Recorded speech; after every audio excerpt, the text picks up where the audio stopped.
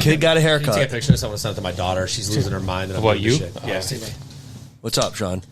What's up, buddy? How you doing? Thanks. Are you gonna Good, how you doing, Are you man? gonna rub it in our face tonight about I how shitty the Sabres I are? was late because I took off the Bruins stuff and I didn't want to do that. I saw it on TV.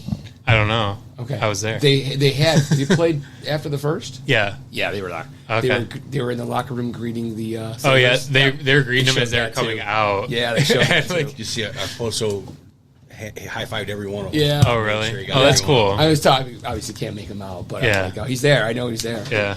Well, it's hard to make out the players on the ice when they're playing because they're not even Hey, playing. Modell's not too bad. Sorry. They don't even play in their own jerseys. They play in whatever sponsor jerseys Yeah. they have. So they're Yeah. out there in blue and white. Yeah. And I thought they were going to wear their jerseys, and they're red and white.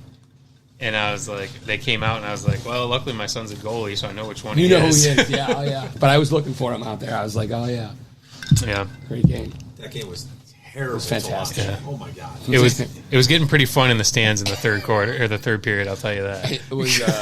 Yeah. It was. I was there. You didn't comment on that graphic I sent you. Since 2019, Bruins are 18-1-1 versus Sabres. It's been fantastic. Sabres beat them in Boston last year. I think it was New Year's Day. That must have been the New Year's one. Eve. Sean remembers that day. Sean remembers that day. forget The it. record 1-1. season, you lose to those bums. I don't even think it was in It regular. was Oh overtime. no! It was No! overtime.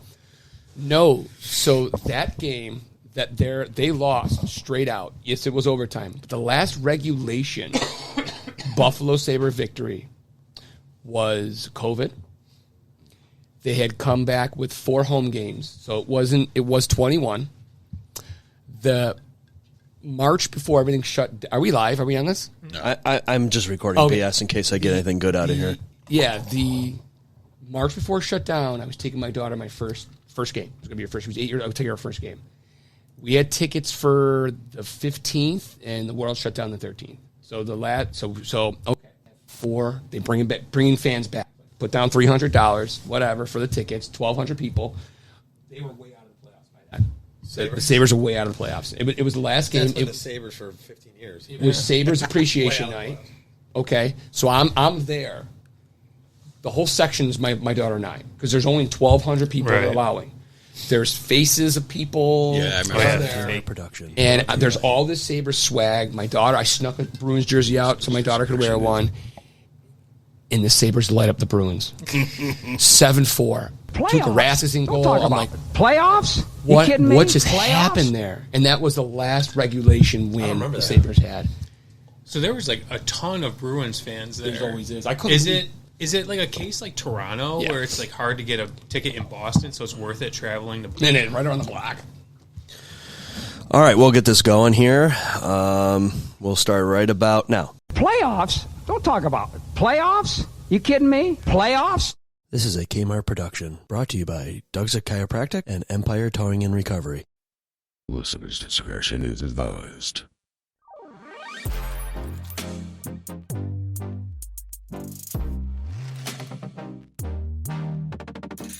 Sawbills Podcast. All right, folks, welcome back to episode 11, week 10 of the Bills. Bills lost. And a very Painfully in a very painfully lost. frustrating manner. Tonight's a special night, so it might be a little different. We have a very special call-in guest. We also have a new gentleman at our table tonight. I think he's got a lot of promise. Sorry. All right. To my left immediately, there's no one there. Professor Pizza is showering up from practices and whatever. He'll be down in a little bit. We've got a regular, Brendon. Welcome, Brendon. Hello, hello. How you been? I've been great. Good, good. We got a new regular, Mike, at the opposite end of the octagon. Hello, good evening. How are you, sir? Good, how are you? Good. And let's welcome Woody. Or Chris, whatever you want to go by Woody's on this. fine. All Yeah, right, Woody Woody. works. Welcome. Thank you. Welcome. Looking forward to it. We had trivia last week, and Chris was at trivia, and we could see that he has got the talent for the podcast in our discussions of pizza and Bills football. And this was before the Debacle. Yeah, the debacle. And everyone's favorite, Sean. I don't believe that. I just lean into the microphone a little bit. Not Yeah, after that's all I last do. week with the Bruins talk. Not everybody's favorite anymore. I didn't bring up anything. I'm not saying anything about the outcome of last night's game, but it was a rough 24, 48 hours for Buffalo Sabres fans. I'm sorry, Buffalo fans in general. That's all I'm saying. Yep. It was not a good showing for the Buffalo sports teams. I was at the game last night, and there was a lot of "Let's go Bandits" cheers. Well, it's funny in the group text. I said that the best Buffalo franchise is the Bandits. Today's pizzas brought to you by Dudzik Chiropractic, are Bob and John's La Hacienda on Hurdle Avenue, and La Pizza Club. We're gonna not be as Pizza centric. well. I would say, yeah, I guess. Say not as Bill-centric. Yeah, not as. You gonna sit down or no? Where do you got to go? Oh, that other appointment. You got class. No, Got to well. Teach pizza. That's right. All right. So, yeah, Pizza Club and Bob and John's, Dudzik Chiropractic, proud sponsor of our pizzas for the Zob Bills podcast. We do post pictures and some shorts and reels on the socials, Instagram, Zob Bills podcast, and YouTube, also Zob Bills podcast. I said to a couple guys earlier, Sean, before you came, that I wish that I could clone myself to be in 3 places at the same time. It's like I'm an unpaid Uber driver with these children. It's Being raising a family is a full-time job.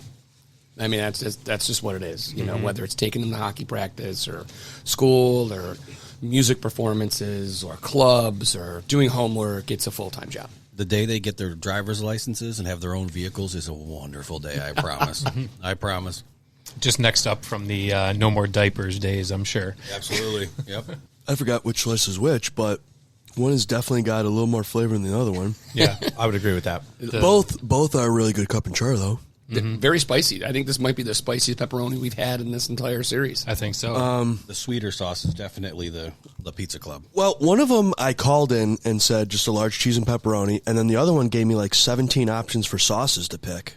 Oh, that's And it was like red sauce, red light, so I just picked red sauce. So Yeah, they're both very similar looking, I would say, but the La Pizza Club definitely has a little more extra char on their cup and chars. But both cup and chars, both spicy pepperoni for sure. A little thicker on the La Pizza Club as well, a little thinner on the Bob and John's La Hacienda. well, did you notice if one is a little more, the bottom crust is a little bit more done, a little bit more, you have to tear it, then chew through it? Right. Yeah, That's the Bob and John's. The La Pizza's a little doughier. yep, definitely a little thicker. I feel like the La Pizza Club is giving me more of like a pizza shop taste. I don't know, something they cooked on, but I feel like there's a little bit more Italian to it. You will definitely become a pizza snob doing this. Like you'll analyze pizza. You'll never analyze it the same way again. I'm like that with chicken wings. Oh, chicken wings snob. Like it's got to be great. If it's not, it's infuriating. Okay, so I went on a pizza tour with a friend who came in from out of town. We hit 5 or 6 different places. It was fun. Chicken wing tour. Chicken wing tour. I was thinking we should do that as a podcast team and then road. hit the road. Yep. Chris, give us your top 4 wing joints. I was playing golf down in Florida back in spring break, and I had a couple guys that joined the foursome, and their question was, "Are you Anchor Bar or Duff's guy?" And I just kind of shook my head. I'm like, tourist traps. And so my explanation to them was, you got to go to the mom and pop joints on the corner, like some greasy, pizzeria that just pumps out great wings. Huge fan, believe it or not, of Molinaro's chicken wings. Right around the corner Yeah, here? right up on Parkhurst, man. You get those extra crispy. They seem to be really consistent. No kidding. I gotta try Wow, that. good to know. Yeah, that's a good Good place. to know. Judy's in the falls. Anybody know Judy's? Like I've been to world Judy's. class Excellent. sauce. Yeah, excellent. That's my go-to for sure when I get out there. After that, it's to be honest with you, like you guys know, it's where you order them from and how they present them, how they taste. You can order them one way, but they got to come out that way. Yeah. Are you like an Elmo's, 911 Tavern? Yeah, if we're looking to splurge a little bit, we'll do that. Gabriel's Gate, those are amazing. I was just there. Yeah. They were pretty good. People from out of town, you go to those big places. Elmo's is obviously really good. But if it's your Sunday afternoon, evening, or weekday evening, you're looking for wings, just one of those quick ones, Yeah. Back to pizza. One pizza's got like a thicker, like a tomato cafeteria school puree-ish, and the other one's a little. These are different sauces than I'm used to. Yeah. Completely different. Yep. Yeah. Are you hooked in? Yeah. If he wants to come in. Let's do it. Want to give him enough time? Yeah. He's going to call in, right? Yep. I think so. Yep. Okay. Do we want to give a brief introduction? Yeah, Who's calling in? Okay. So, folks, Mike with the huge hookup. We're gonna have the man from Bills Mafia, 26 shirts. Reid is calling in. Yeah, the man, the philanthropist. Right? I'd call him a philanthropist for sure. Oh, for sure. Yeah. Yep. This is pretty exciting for all of us. I'm a little nervous. Not gonna lie. A real guest. Right. He's got quite the following. I went home. I said to my father-in-law, I said, hey, listen. I said, Tony, I said, we're going to have Dell on the. He goes, I know him. He goes, yeah, he's a fantastic guy. Anyone you talk to. Yep. Yeah. Just a stand-up, a great representation of Buffalo. Yep. So, and anytime I've ever run into him in public, when there's 50 people around him, he always takes the time with everybody. Just a nice guy. And the things, I'm going to ask him about this, but the things he does. All right, folks, here he is. We got him. We're bringing him in. Hello, Zot Bills Podcast. Hey, this is Dell. How are you? Dell, this is quite the honor that you are taking time out of your very busy schedule to fraternize with a couple guys in the basement on a podcast. No, man, it's all good. I know Mike for a long time. I'm happy to. All right. Mike, do you want to kick us off since this is your hookup? Sure. Hey, Dell, how you been? Good, man. How are you? Good. Listen, we do appreciate it. Like Kyle said, we have a few questions for you, and just rattle those and let you kind of run with them. And I know you've got a place to go, so we'll keep you moving. So I appreciate that, Mr. Fan of the Year. I thought that we would start with that. I wanted to ask you, at what point did you realize it was happening? Did you see Stevie, or was it when you dropped the pass? It's when Stevie pulled up his jersey. Like, I literally had no idea. Well, first of all, thanks for inviting me on. It's a pleasure to talk with you guys. I appreciate the invite. But yeah, I had no idea that this was even happening. The way they billed it to me was, yeah, we're doing a piece about the origin of Bills Mafia, and we're going to talk to you and some other people, and, we're just putting something together. And they had me walk down the tunnel, and they're like, oh, yeah, we're having everybody walk down the tunnel and kind of tell their story, and we're having everybody run out on the field. I'm like, okay. And so then I'm out there. And they told me you have to go to the 10-yard line, because they had me run out once, and they weren't ready for me or something. I said, okay, you got to do it again. And I didn't see anybody at that time. And they said, you got to run to the 10-yard line. Okay. So I trot out there, and all of a sudden Stevie's yelling and throwing a football. And I'm thinking, they said 10-yard line. I'm not at the 10-yard line yet. I got to keep running. And then as soon as I missed that pass, I'm like, oh, there's a lot of cameras right now. I don't know what they're doing, but that was definitely caught on camera. And so I turn around and then pick it up, and then Stevie walks up and he pulls up his jersey, and that's when I suddenly realized, like, I had no inkling. I'm the easiest person to surprise with stuff. Big dumb participant. Were you expecting the Why So Serious when you saw the? No, it all happened so quickly. Like, when he started to pull up his jersey, I saw it like immediately. But it was crazy. Even just now, like, rethinking through it and like reliving it in my mind, it was really cool. Stevie obviously being, the primary point when it came to the origin of Bills Mafia. Without him, that there's no Bills Mafia. It's just the way it kind of played out.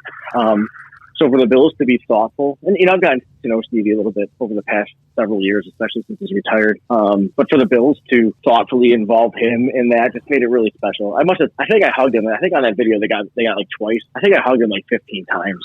And, it was cool. And I remember I kept saying, "I'm so glad you were a part of this. I'm so glad you were a part of this." So Del, it was cool. Del, what's the perks of being considered the Buffalo Fan of the Year in the NFL? So I got that cool jersey that you saw in the photo. They gave me 2 tickets to the Super Bowl. Whoa, to the Super Bowl. Yeah. Oh my goodness. Yeah, that was never happening unless I won a contest. My life was never intersecting with the Super Bowl. So at the time I was like, oh, maybe the Bills will be there. Each week it's getting harder to hope for that. Yeah, we'll get into that with you in a little bit. Yeah. But yeah, and then I guess the night before at the NFL Honors, they announced like the #1 NFL Fan of the Year from all the teams. So I get to go to the NFL Honors, and walk the red carpet. So That's cool. That's cool. Well, I'll tell you this, too. We have the NFL ticket through YouTube, and my wife got an email that showed all the fans, and you, I believe, were number 3 on the list, and she showed me right away. Of all the NFL teams? Let's go. Yep. So he was on an email to all the NFL ticket holders as well. So, Del, is this something that you did not, apply for or participate in? It was just some spur-of-the-moment secrets, huge surprise because of all your fantastic philanthropic work that you do in our city? Well, no, this is, I said it in the video, immediately when they said it was all my wife. So once she learned that they do an NFL or a, fan of the year thing, she said, I'm nominating you. And I don't really I just make everything awkward and weird. And I'm like, I don't know. I don't really want to, that's so weird. She's like, no, I'm doing it. And she tweeted everybody we knew. She Facebooked everybody we knew. She said, okay, John Fina, because we've met him a bunch of times and they get along. She's like, what's his Twitter handle? I'm gonna get it. She went after everybody. She had, Jeff Gore from CBS News, because I grew up with him. She had him tweeting about it, everything. So she was a woman on a mission. I only tweeted about it, I think, twice, and that's because she basically made me. She goes, you have to share it. You have to. She's the smarter part of this marriage, so I just do whatever she says. Well, you're well deserving for all of the great things you do in this city. Well, thank you. I appreciate that. It sounds super corny, but I'm at the game on Monday. And I'm walking around how is one person the fan of the year? You see all these people who are they're sold out, and in their love for the team, and they all do things, in their own spheres of influence and whatever, and that could make them the fan of the year. So it's very humbling, and I'm not going to turn it down. I'm going to take it. I'm going to take the tickets. And Absolutely.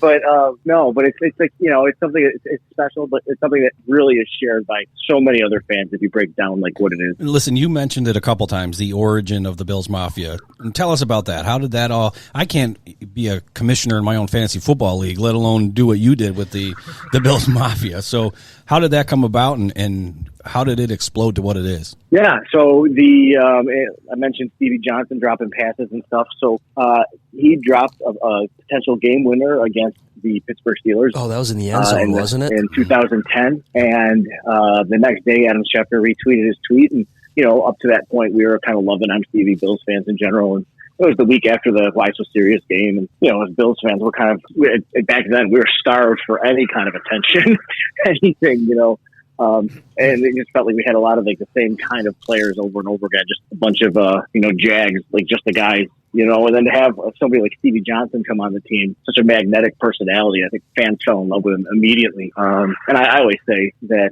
even though, I'm 47, I grew up in the Super Bowl years, Jim Kelly, Thurman Thomas, Andre Reid, Bruce Smith, Darryl Talley.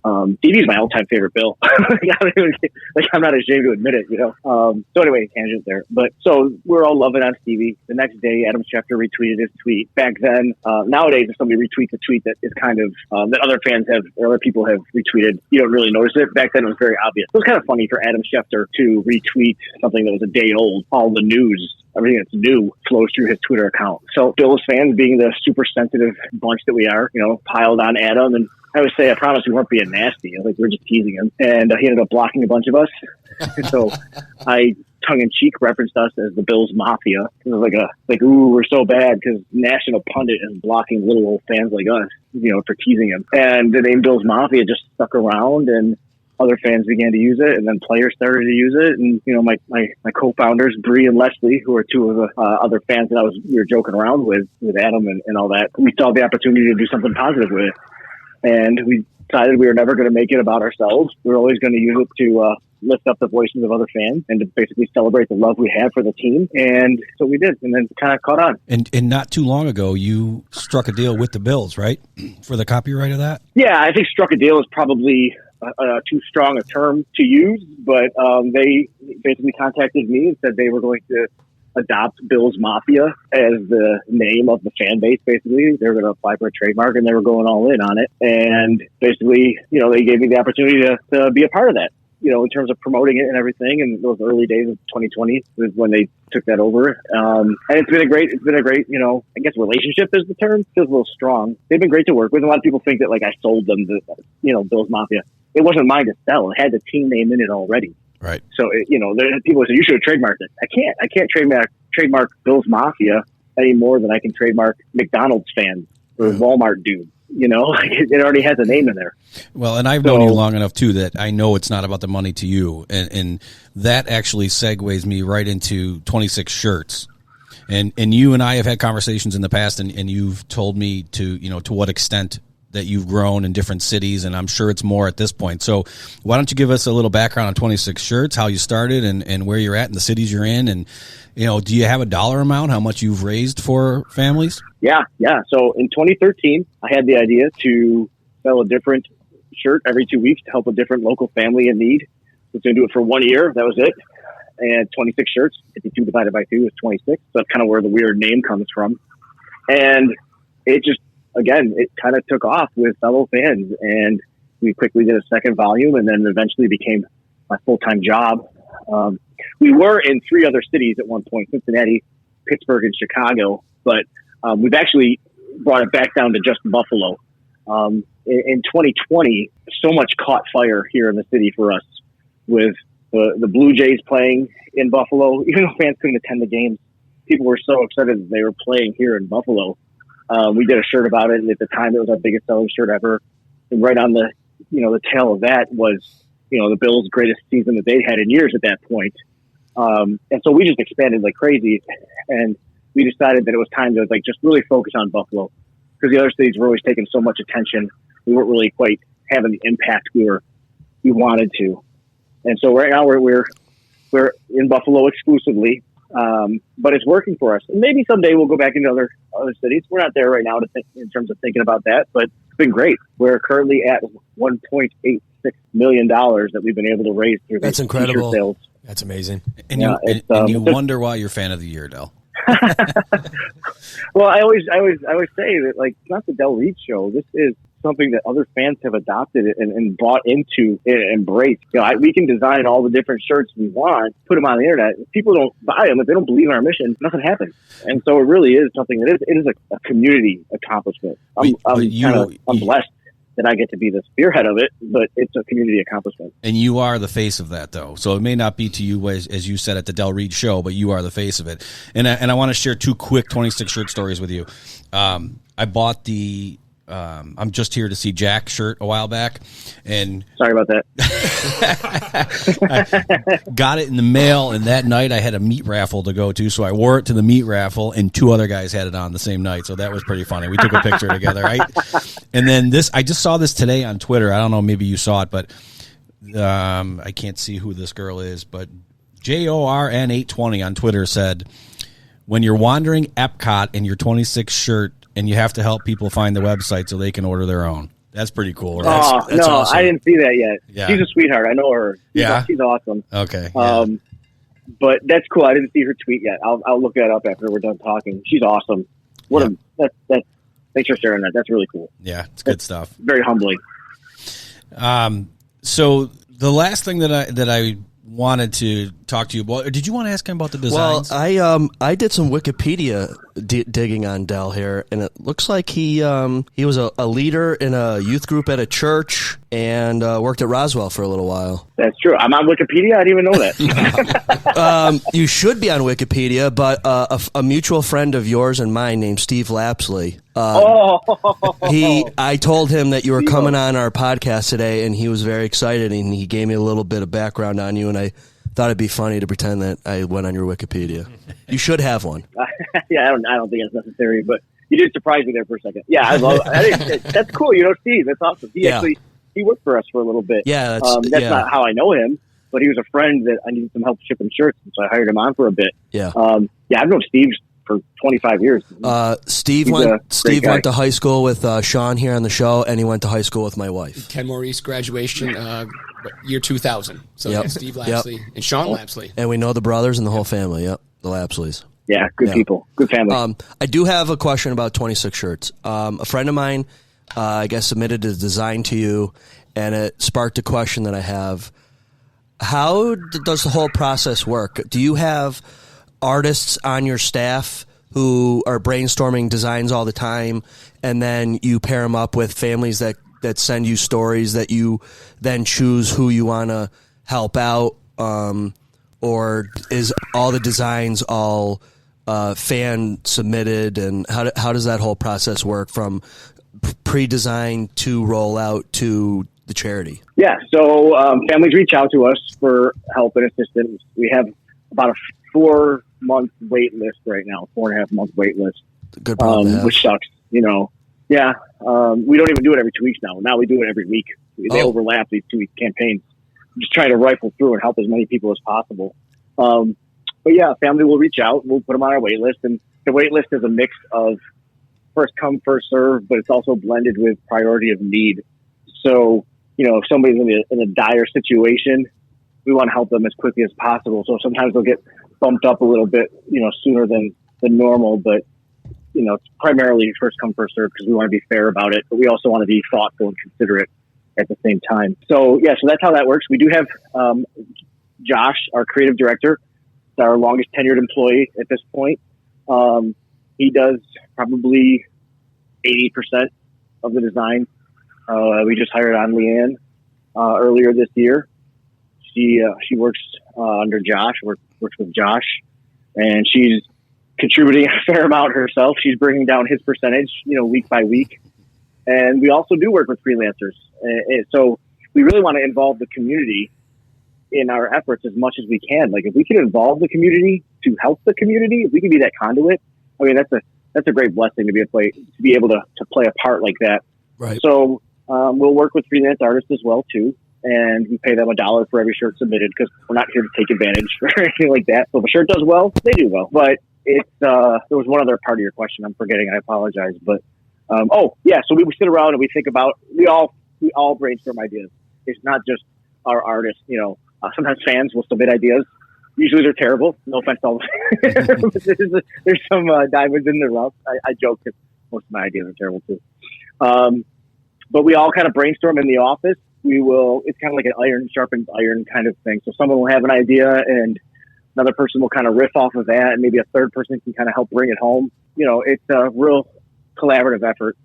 And then sometimes like an artist or a fan, you know, I joke about that earlier, but like really, it's pretty awesome. Sometimes, you know, you fire up your email inbox in the morning and there's either a golden idea waiting for you or a fully fleshed out design that's ready to go. Yeah. And you're like, we'll run with that on Monday. You know, so it's pretty great to be able to work with these other creatives in Western New York. It's cool. I just have the opportunity to not only meet these people, to kind of work alongside them a little bit to hopefully change somebody's life through a t-shirt fundraising campaign. So do you have, do you have designs like in the bank ready to go, but you are waiting for a specific family or situation to pair with a particular design, or is it just what's ready to go and who we're ready to help? It's just marry them together and send it. Yeah, usually it's the design is independent of the family we're helping. Okay. I'll ask the family sometimes, are you more of a hockey family or more of a football family? And if the opportunity is there to go in one direction or the other, we'll do that. But at the same time, we are going to release whatever design we think is going to be the most relevant and has the best potential at that time. So it's great if we're able to do a shirt that, you know, totally coincides with what you love and enjoy. And that's awesome. If we can do that, we do it. Yeah. But really, we're here to raise money to help you. Yeah. So we normally tell the families, just trust us, you know, and we'll have something planned. And then sometimes Josh Allen will jump over somebody on a Sunday afternoon and we have to scrap everything and quickly put something together for Monday. But yeah, exactly. But we do have a bunch of designs in the bank too, waiting for the specific occasion should it ever arise, you know. So it's a very much a seat of the pants operation, but we're doing everything we can to be a little responsible ahead of time. Okay. So it's always a work in progress. Del, this is Woody here. We know you got to run. We'll try and keep it pretty short here. Appreciate you obviously coming on, but I also hail from your old stomping grounds. My wife, Robin Nafke Johnson, who informed me to never bring up her name on this podcast, grew up on Snughaven there with Jeff Glore and the old Somerset gang. Yeah. So shout out to that area, Tonawanda. Small world. You know, when you see the pregame shows and ESPN, and you know, not often are there fans from fan bases around the NFL that make an appearance, and you know, obviously you've been on a number of them, so that speaks to obviously who you are and what you're doing, and you seem like a really humble guy. You know, that speaks to the Buffalo in you for sure. But if you could rewind, 8 to 10 years ago, Could you have ever imagined that you would be at this point where you're at right now with everything that you're doing? I get asked that sometimes, and I'll always say, how arrogant is it for me to say, oh, yeah, I totally saw this coming down the road. There's no way. Like, I'm living a dream, to be honest with you. I'm super grateful and thankful that, circumstances have lined up how they have for me. But there's no way that I could ever imagine this. I always wanted to think that I was going to have a career that would help people, that would support people in times of need, and I used to work at Roswell, and, being a part of that mission is great, but it's infinitely better to be frontline, talking with these families, sharing these experiences with these families, hopefully encouraging these families. So to be able to do that is just, I would have thought I'd have that kind of firsthand experience. And the Bills stuff is cool too. Del, we've talked about this on the podcast before. There are certain teams around the NFL that have identities, whether it's a steel curtain defense or a high flying offense. We've argued that one of the identities of the Buffalo Bills is its fan base. And for us, we just want to thank you because you've helped to give our fan base a name that people can identify with. And it's powerful to be able to describe our fan base with 2 words, Bills Mafia. And you say those 2 words, and immediately it starts sending these visuals of what we are, whether it's what we do for the community, other areas, how we reach out. And it's just fantastic to be able to talk to you. Yeah, no, it's an honor. It's an honor to be a footnote in the history of the Buffalo Bills and to, share this with all the fellow fans. And my God, if you could be there and the Bills are representing the AFC in the Super Bowl, what a Cinderella story. What a miracle. Yes, please, right? Hey, Del, real quick too, on the note of our identity as a fan base, several years back I was at the World Junior outdoor game at the stadium, and they were walking off the field, and do you remember what Matthew Tkachuk yelled? He yelled Bills Mafia. He yelled Bills Mafia. I remember that, yeah. So that's awesome. Talk about an identity that you've created, so we all thank you for that. Yeah, no, it's I'll say you're welcome, but really it's just a bunch of circumstances and accidents and coincidences that led us here. Well, it couldn't have happened to a better guy, that's for sure. I appreciate that. It's very kind of you. Thanks. So before we let you go, we got to talk about the current state of the team. Yeah, let's hear your thoughts. Okay, it's very wide open. Prompt. Use any language you want. Yeah, no. I'm assuming this is going to air fairly soon. So it'll air tonight. Yesterday. Yeah. So yesterday, Ken Dorsey was fired. I don't know. Was he the problem? I don't know. I think there's a lot going on with the team right now, but I think he was a problem. To be honest with you, I agree. Dan Orlovsky put out a tweet Tuesday morning, which was just damning. I don't know if you saw it or not. I saw it. I think the one line that really stuck out to me was he's like, "You're making your goal harder." Yep. And just seeing it, it's almost embarrassing. It's like this is like Dick Duran level ineptitude, and to see that when you know what this team has accomplished the past several years. And the talent that is on the roster, it deserves better than putting men in motion just to put men in motion. Stuff like that. It's the 4th and 2, those kinds of decisions. Hopefully, that's the end of it. We'll see. We've got a game on Sunday that will be an early indicator of what they're going to be. I guess maybe going forward. I don't know if Joe Brady is the offensive coordinator next year. I don't know what's going on with the team next year, but that's all we're going to have to look forward to if they don't win this game on Sunday, I think. Yeah, this Sunday is really everything for the rest of the season. I read a tweet today that said, Dorsey was to Allen what Kruger was to Darlene. Oh, boy. Hopefully. Yeah, hopefully. Nobody knows, was Dorsey carrying out somebody higher up's desires, or was that really who he is? And we'll never know that. We'll probably never know that. I kind of think he was a sacrificial lamb a little bit. Because I'm sorry, you broke up there a little bit. I think Dorsey was the sacrificial lamb I also hope not. I mean, McDermott's approving all this stuff, right? And if it's been a problem, why is McDermott letting it go on through week 10? Yeah. Well, it's not going to be him. Yeah. I mean, he's not responsible for 12 men on the field defending a field goal that's going to win the game after kneel down. Yeah. So hopefully it's a wake-up call for everybody. And the guy who had to fire him. Hopefully it's a wake-up call. I mean, I feel like the Bills have had nothing but wake-up calls for the past month, but hopefully this is the last one that's going to turn the tide. 2012, the Ravens fired their offensive coordinator and won the Super Bowl.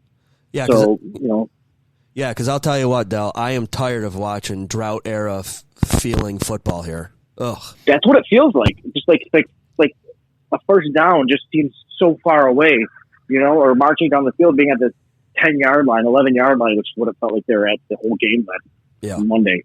Just it feels like it's a mile away, and there is drought-era vibes there, which should be easy to fix. The talent is on the roster. It's not a talent issue.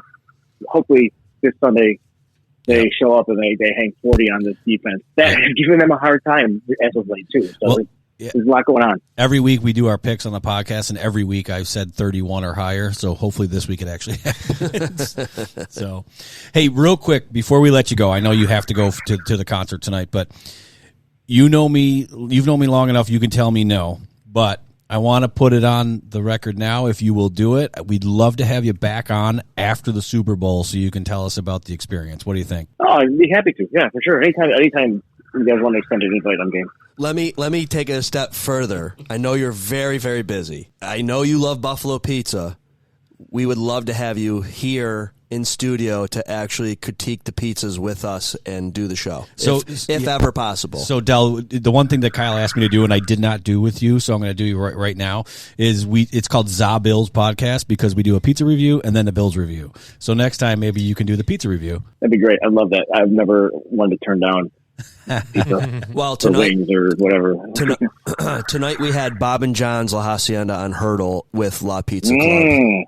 Mm-hmm. Okay. Yeah. That's a good one. Yeah. That being said, what's your top two pizza joints go-tos in town? First and foremost, being a Kenmore guy, big Mustachios fan. I feel like they are the hidden gem in Western New York for both wings and pizza.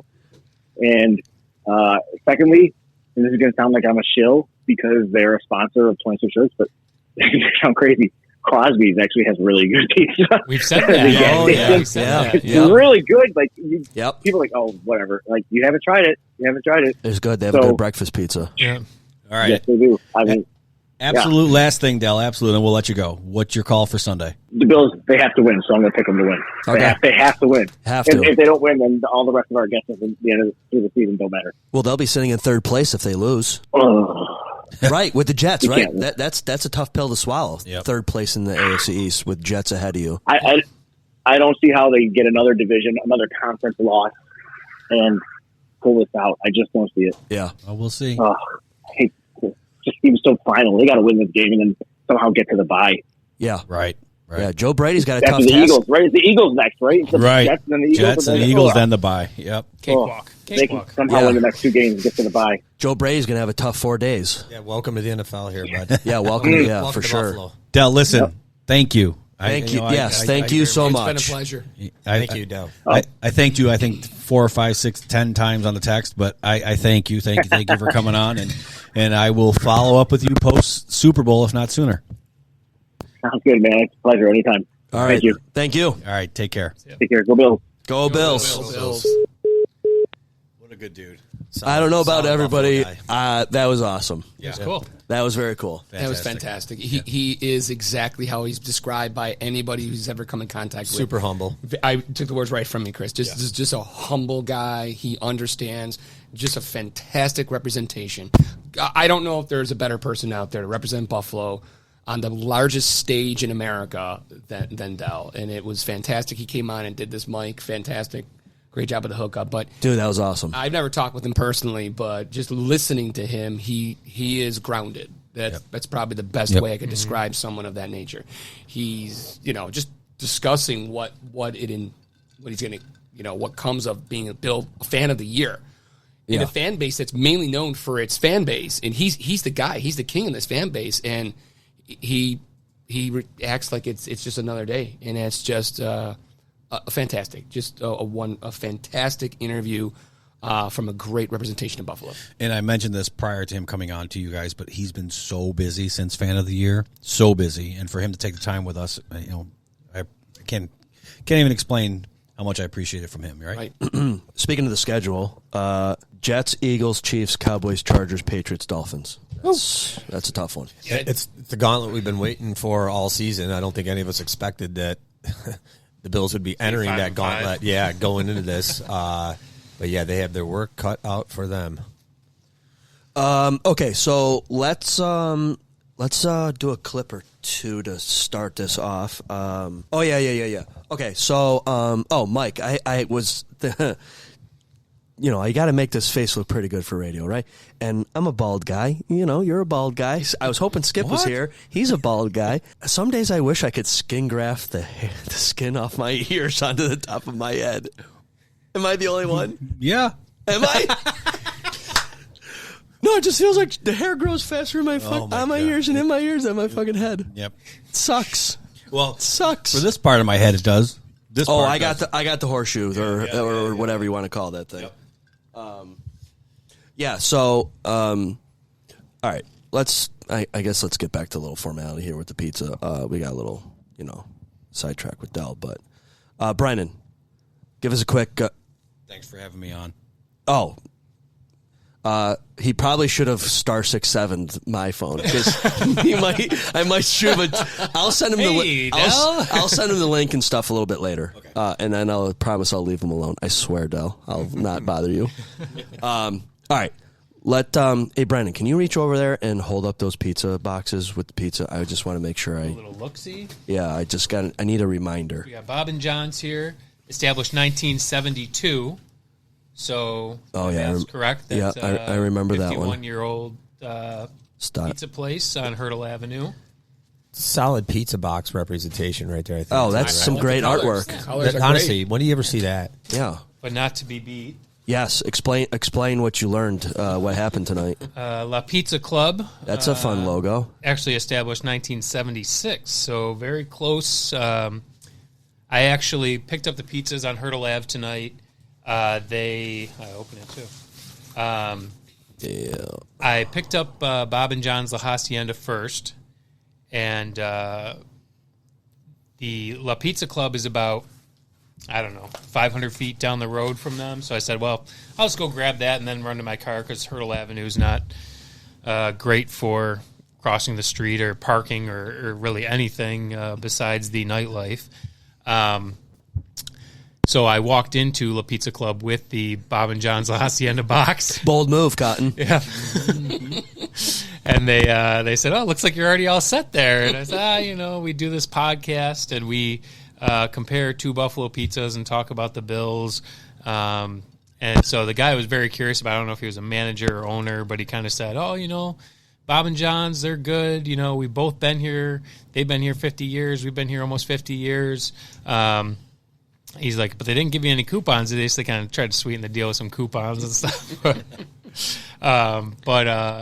So two Hurdle Avenue institutions right down the street from each other. And I can say just looking at them, they're both very kind of similar looking pizzas as well. Both nice cup and char. La Pizza Club, a little bit more charred on the pepperoni, but actually a lighter cook, I think, which is interesting. A little more thicker, softer crust to me. And then La Pizza Club, still, but both spicy pepperoni, like we said. Yeah. One of the websites had the option of cup and char pepperoni. Right below it was traditional pepperoni. Mm-hmm. So I went with the cup and char selection on that one. Yeah. But Old World, I believe that's called. That's correct. Yes. Thank you, Sean. Good stuff. Okay. Mike, sorry. That's all right. Do you want me to go through the whole thing, or you want to just whatever you want to do. I would say if I had to do make it fun, full fun analysis. Yeah, sure. Both good bites. Thinner on the Bob and John's La Hacienda. Yep. A little thicker, fluffier on the La Pizza Club. Good pepperoni on both. A little saucier on the La Pizza Club for sure. Yep. Bob and John's very thin sauce. But both tasty, a little tomatoey on the La Pizza Club, I think. So, yeah, pretty good. Okay.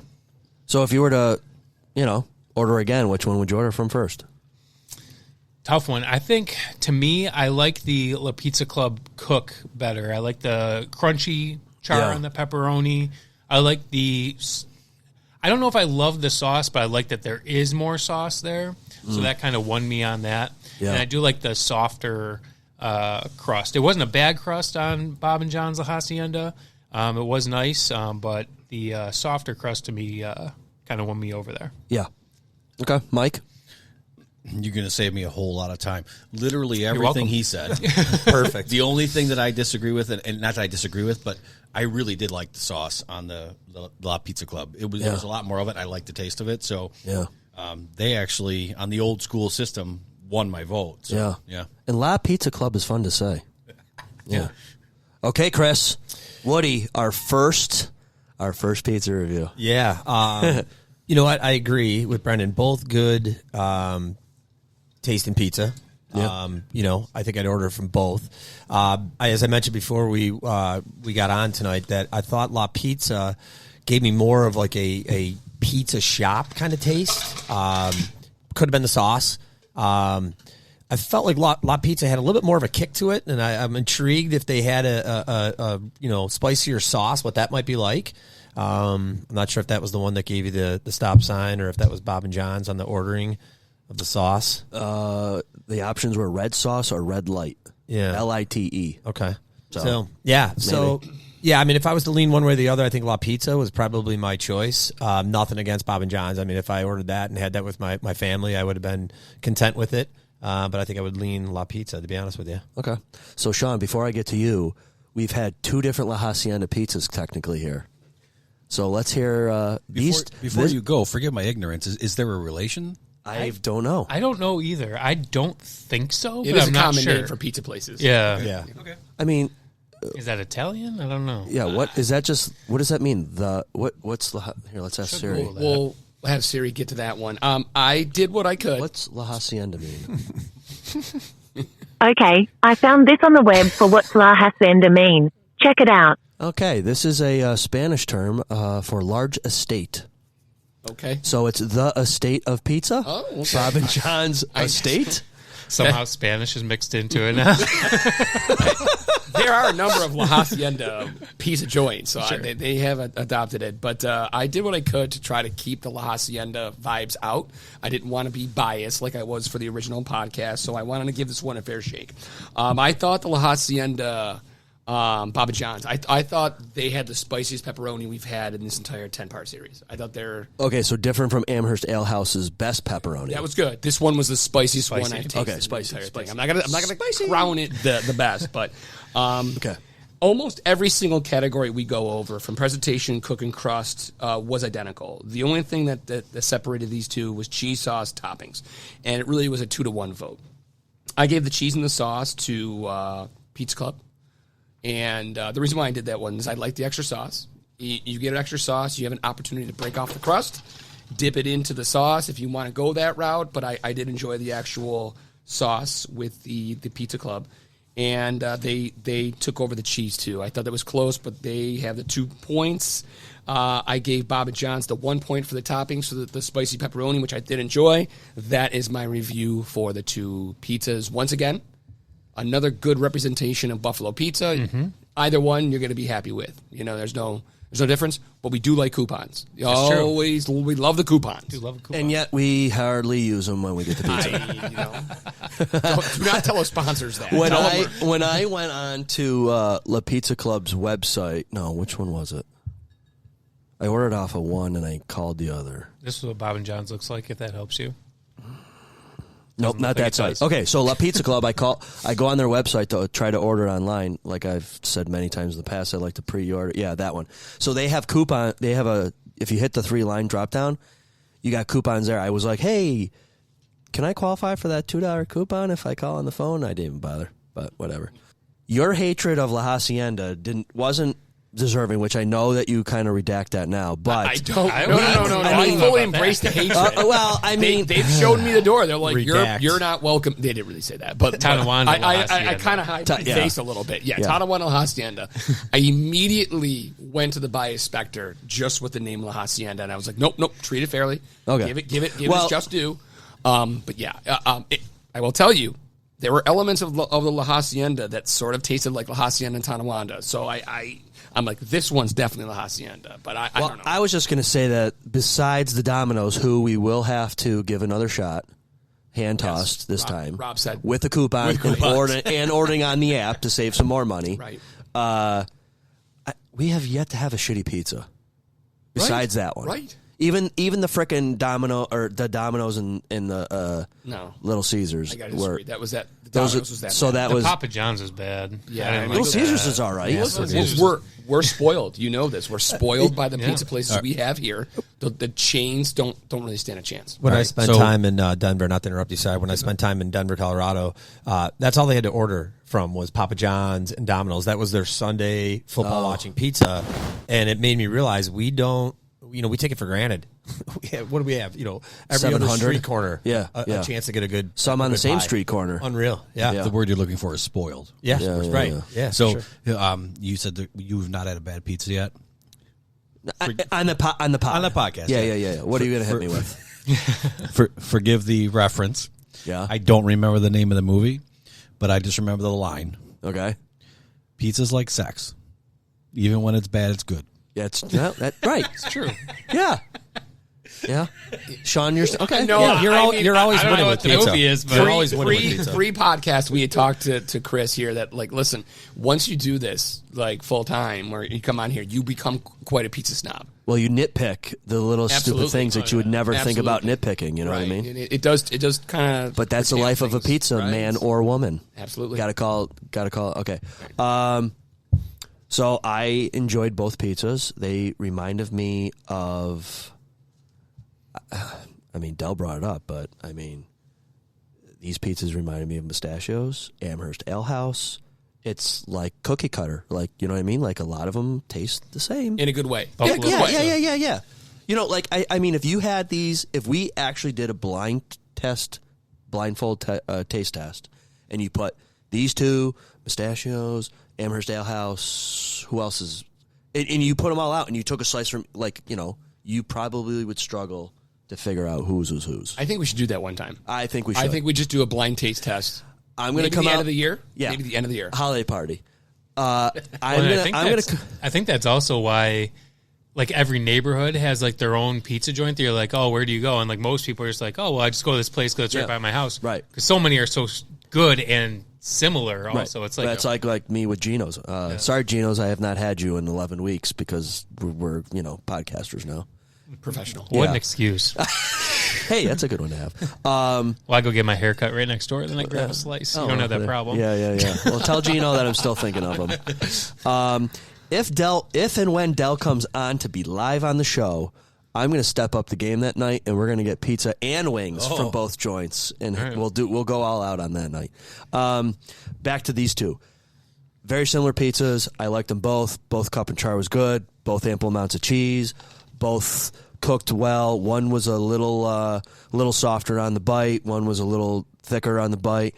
One of them, the sauce you heard me mention a little bit earlier, one sauce was a little thicker, puree-ish than the other one. And at the end of the day, I think the crust is what did me in.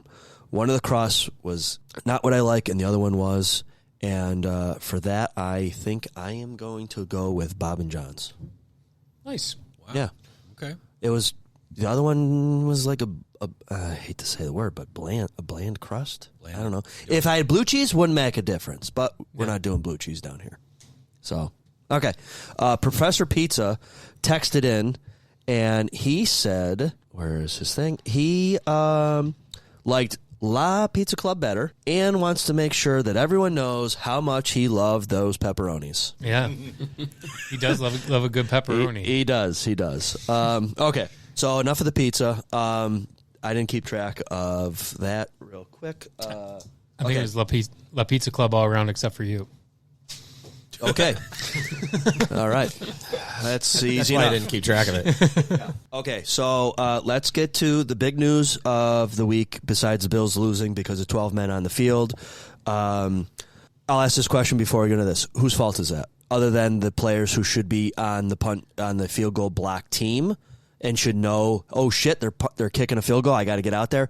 Who's next? Is it the head coach and special teams coach or just special teams coach? I mean, we're talking like 4 seconds left. Also, quick stat, there were 5 walk-off field goal wins on this week, the most ever in NFL history, I guess, in 1 week. 5. I think I watched 4 of them. Yeah. So, think? personally, Brendon, what do you think? I blame the special teams coach more than that. You're the head coach. Like, I know that we love to bag on McDermott for everything. He's got a million things to do. He's not counting the guys running off the field. You're the special teams coach. That's your friggin' job.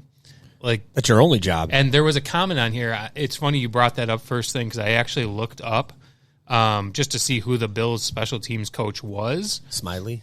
Yeah, and the first thing that came up, and it's not going to come up now, was, you know how like when you Google something, there's always like the top news thing or whatever it thinks you're trying to search for is the top thing. Sure enough, the top thing that comes up on Google when you look up special teams coach Bills is a quote from McDermott from 9 hours ago. McDermott said it was inexcusable to have that happen, though he maintained his confidence in special teams coach Matthew Smiley. Should the Bills' struggles continue, at what point does the brunt of the criticism start falling on McDermott if it hasn't already? Which I think was something from foxsports.com now that I look at it. But I kind of blame the special teams coach, but still sucks. I mean, if Chris? if we're asking this question, you know, you got to look at that game and the season, you know, as a whole. Special teams have not been good. I mean, they bad. were bad. 30th. They were They're bad. 30th. And I mean, some of the plays there, I think it was Mims was the kick returner or the punt returner for Denver. He did better in this game. I mean, he's a good special teamer, but he did better in this game than he has all season for the most part. And so that speaks to the preparation from the special teams. And then when something like that happens at the end of the game, and I agree with Brendon, McDermott's got a million things going on, managing timeouts, all that kind of stuff. I mean, granted, he's the head coach and it all comes back to him, but that special teams coach has one job, and that is when that stuff arises, you're on, bro. Like, it's it. And they failed miserably right there. Yeah, it looked like I got to give props to Sean Payton. He did exactly what needed to be done, and he confused the Bills, and they did not know what to do. Yeah, he did it twice. Yeah. This was not the first time the Bills special teams had a run with the clock keep going. They did it at the end of the quarter. They did it at the half. The clock wasn't stopped. They had to rush the special teams out there to prepare for that kick. And, you know, that might have been the only 2 times it has happened in the last 2 seasons where they haven't had time to set up and get the special teams out there. And it was a fire drill type scenario. And that's the easy excuse. Things get disheveled, but they actually did it just a quarter and a half earlier. So they actually practiced running on the field, changing out the D. You asked who would you blame? I'm going to blame the offense. The offense puts you in a position where you need. My heart sunk for the defense because they played an amazing game. Again. In despite of our offense that decided they did not just want to show up at all. And I feel that to blame the special teams, which realistically doesn't really have the same sort of jam. Well, let me interrupt you for a second. What if the Bills had a timeout? Oh, I don't know. I thought the same thing too. Because I've questioned, and I don't know if I'm the only one, I don't think I am, that questions McDermott's ability to maintain timeouts for special occasions and seems to, in games where you could use them, you don't have them. Here's the deal. I think if they call a timeout there, I think the kicker makes it regardless. I think he makes it. Right. The rush, the setup, it's part and partial why he misses it. If he calls the timeout, now they already have 12 out there. It doesn't matter if he calls a timeout. Oh my God, I got 12 out there. You got 12 in the huddle. It's automatic a flag. Oh, that's right, because you can't. So you can't come off the 12. field. Nope, you can't come off the field if you call a timeout. Nope, they're set. So right there, the ref can still throw the flag because you got 12 guys in the field. So, I didn't know that. The one thing I would say, I didn't hate the usage of the timeouts because he was using the timeouts prior to the pass interference call when it looked like the defense was making the stop. Yep. They had already pushed him out of field goal range. It was, third down on that pass interference call? It was. And it was like you already had him out of range. When that play started, it looked like Russell Wilson stepped back and heaved the ball in the air and didn't even look where it went. I said, there is no way in hell this ball is being caught if there's even going to be anyone near it. Right. And then you just see Tyron Johnson just collapse into that guy. It's like, how many times are we going to pick on this guy on the last play of the game that matters? And I'm yelling, like, turn oh my around, God. turn around, turn around, And listen, turn around, in turn that around. particular play, yes, it was definitely pass interference. That's the rule. The rule is what it is. It was underthrown, and he's running full speed, and that should be. And the guy coming back for it. Yeah. He turned, but the last second, but it was too late by then. And I'll tell you, too, I think you know my setup. In my basement, I have a man cave. And Very nice setup. so I have 2 TVs at the game up top and whatever on the bottom. And everyone in the house is sleeping. And my daughter's bedroom is in the basement, and she's half asleep. She goes, I know exactly what happened. I didn't even have to ask because all I heard you say is, he missed. Fuck. I saw the flag, and I was like, oh. And she goes, I knew immediately that it was over and they lost. And that emotion went like this and then like this, like straight down, and it was horrible. It was 13-second junior. Life of a 13-second Bills junior fan. version of 13 seconds. Mike Harrington from the Buffalo News, who I don't agree with 90% of what the guy says, tweeted, McDermott's legacy will go down as 13 seconds and 12 men. Until something else happens, too. Yeah. Tack it on there. But I think it speaks to the state of the Bills because we were so used to the Bills, blowing out teams, being up big, not having to worry about this. But now they're living like the other 80% of the NFL that's down to every single play that matters at the end of the game. And we haven't lived in that world for the last couple of years, rarely. And so, Sean's talking about Peyton's rushing the guys out. That was preparation on the Broncos' part. The coaching staff, they knew they were buttoned up, and that used to be the Bills. And so when you're kind of living in those close games and one-score games, these things happen all the time. And then we start to analyze every little thing, every little timeout. And you got to be good at that kind of stuff. And they showed that they just weren't. These guys know, too, I usually come prepared with stats. I have some to go over with you guys at some point, but I don't have this stat. When we were dominating the past couple seasons, what games did we lose? The one-score games. And now we're in a bunch of one-score games, and we've won a couple, and we've lost a bunch. Oh, there was something they came out with that said how many one-score games that we've, Well, the knock was 2 years ago the Bills couldn't win a one-score game. They were Correct. better at it last year. Yeah. But then you had the Minnesota game, and those were games where it's just boneheaded. I was at that Minnesota game. Yeah. Holy heartbreaking. But the same type of thing. Like, you look back at all those plays, and you're like, what are they doing? Yeah. Well, and I think that this goes back to what Sean said, is that this loss to me falls squarely on the offense. Just like any other sport, baseball, I mainly think of baseball, but like when it comes down to a play at the end that isn't made, you got to think about the rest of the game. We should not even be in this position come the end of the game. We should be 2-3 scores up. We shouldn't be worrying about pass interference in the end zone. We shouldn't be worrying about how many guys have to be on the field for a game-winning field goal against these scrub teams. Especially the Denver defense. Absolutely. Yeah. Troy Aikman said it, what we were all thinking live. He said doing the Buffalo Bills offense is doing everything. I wrote it down. I'm like, I got my pad of paper. Doing everything they can to not win. Yeah. And the defense won't let it happen. Right. The defense is keeping. I've never seen in almost any sport, usually if a team's sagging, the whole team is sagging. The offense can't carry it. The whole team, special teams defense, is deflated. It was almost as if the defense, the Buffalo Bills defense, was ready for the challenge. Guys almost saying, get on our backs. We'll carry this. I was so inspired by the defense up until the last play, which they got to wear the pass interference call because they were out there. They did not, at any point, they didn't look defeated. They didn't look demoralized. They're like, okay, we're gonna keep doing it. We're gonna keep doing it until we go. And I texted it to you guys. I'm like, my heart breaks if they lose this game because the defense, they left it out there, which is why when you said who's responsible, the offense should have never put us in this position. Right, and to add to your point, like to shit more on the special teams, I think the average starting position for Denver was the Buffalo 42. How ridiculous is that? Right. That's terrible. Ours was a 24. Our average start was a 24. Right. Theirs was the 42. Yeah, unbelievable. That's a telling stat, too. I think when we look at the problems they're having, you can't Again, Sean, the defense has been balling. There's no doubt about it. They've made plays. McDermott has patched it up. They figured it out to the best that they can.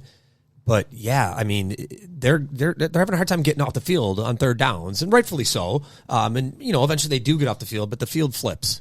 And the way the offense is playing, I think that's the easy answer to figure out where they're at right now. That has a lot to do with it. We're that team where the other team says our defense will take care of it. Yeah. It's shocking. Yeah. And to give more credit to our defense, what we've been saying the past couple of weeks is, okay, the defense is playing well, but they're not getting takeaways. They finally did this week, right, and really held them to field goals with that short field. Too bad we did. We had more turnovers than them. Had more turnovers than them. Yeah. So it's just... I'll back up 1 second. We are that team that other teams say the defense will take care of it with a quarterback who's first in touchdowns, first in total yards, third in completion percentage, and fourth in QBR. Okay, so... That's why I have such a hard time understanding what the hell is going on over there and why they can't string together plays. I feel like a broken record every single week. It's like, why can't this offense string together drives? And this week, it was apparent was the turnovers were huge. Yep. But even before they had as many turnovers as they did this week, they just can't string together a drive. You see it in other sports. The NBA's famous for this one. We see it in the NHL too. We don't see it in the NFL, I think, because the season's so short. There are games that teams play where it looks like that they are just playing to get their coach fired. They're so disinterested. They're like, listen, this is dead men walking. They're going to give 80. They're going to give 25% effort. You could see it. A fan can. Wait see a minute. Are you saying that the Bills are intentionally tanking on offense to get? Can I tell you what I watched? Dorsey fired. Today I saw this guy who had a conspiracy theory. He had the tinfoil hat on and everything. It was hysterical. The players only meeting this week. Okay. He thinks that was to get rid of Dorsey. And okay. So then back on that. Yeah. So I wonder if we're going to say the same thing. Because somebody told me yesterday when I was at the Sabres game, we were just shooting the shit about the Bills. What was the score of the Sabres game, by the way? I forget what that was. But they said somebody was at the game with a Fire Dorsey sign. One of the players signed it. Yeah. Oh. That I don't know who the player was, but that's telling. I think that's telling. Listen, you don't see it in football.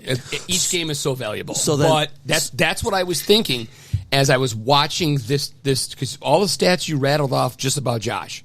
The weapons we have, Kincaid's coming on, Diggs again was there. I mean, of course, Gabe Davis did what Gabe Davis does best. But still, the talent is there. And they just were not showing up at all. And it made me think sometimes I've seen that in the NHL. Okay, so then that means you guys are giving Davis another week a cushion, right? Because he dropped that intentionally? Well, maybe they'll sit his ass like they said Cook. Right? Okay, so we'll get to that too. We'll get to that too. But before Chris, so Chris, where are you at with McDermott? He should go. He's okay. Where are you at? I'm on the fence with this. McDermott, you got to give the guy props for where he's brought this organization from. I mean, they were a hot mess for a lot of years, right? Yep, I agree. And so he cleaned up the culture. He cleaned up the locker room. Like any leader of men, like any good coach, he got them to believe, trust the process. By the way, when's the last time you heard anything about the process, right? I haven't. So that goes out the window when... It's like a joke now. Right, you start losing, right? That goes out the window. So, but that process got them somewhere, right? I mean, there's no denying his record. But when you look at it, I was reading an article today, Dable, gone. Yep. Leslie Frazier, gone. Ken Dorsey, gone. So who's next? McDermott's still here, and so eventually... He's the common denominator. Right, and eventually it's going to have to fall back on him. I want to give him props. His defenses have been, for the most part, I mean, this is his first attempt at really running the show, steering the ship with the defense, and they've been good, even with the injuries. I joked about I'd love to see him as our coordinator, as our defensive coordinator, and bring somebody else in. Has that ever happened, though, where a head coach who does both has then been asked to be the defensive coordinator and then they bring in a new head coach? Yeah. That would be something. So just say this real quickly, that with any head coach, I mean, they've had 6 years with this to build this model that they've been using. And I think back to the NHL, too. Eventually you get to a point where you realize It didn't work. You got they went to a Super AFC Championship game, the divisional round. They did what they did. It's obvious they're headed in the wrong direction at this point. And ultimately, when you got Allen and you got McDermott, who's going to win in the next couple of years? It's not going to be McDermott. It's going to be Allen. He's the one staying here. So let me touch on that for a second. There was a clip here that I might get to, I hope so, where they, what's his name? Greenbaum? Mike Greenberg? Yeah. He thinks that Josh Allen is Brett Favre. Well, hold on real quick. Before we get too much into Mike Greenberg, he's a huge Jets fan.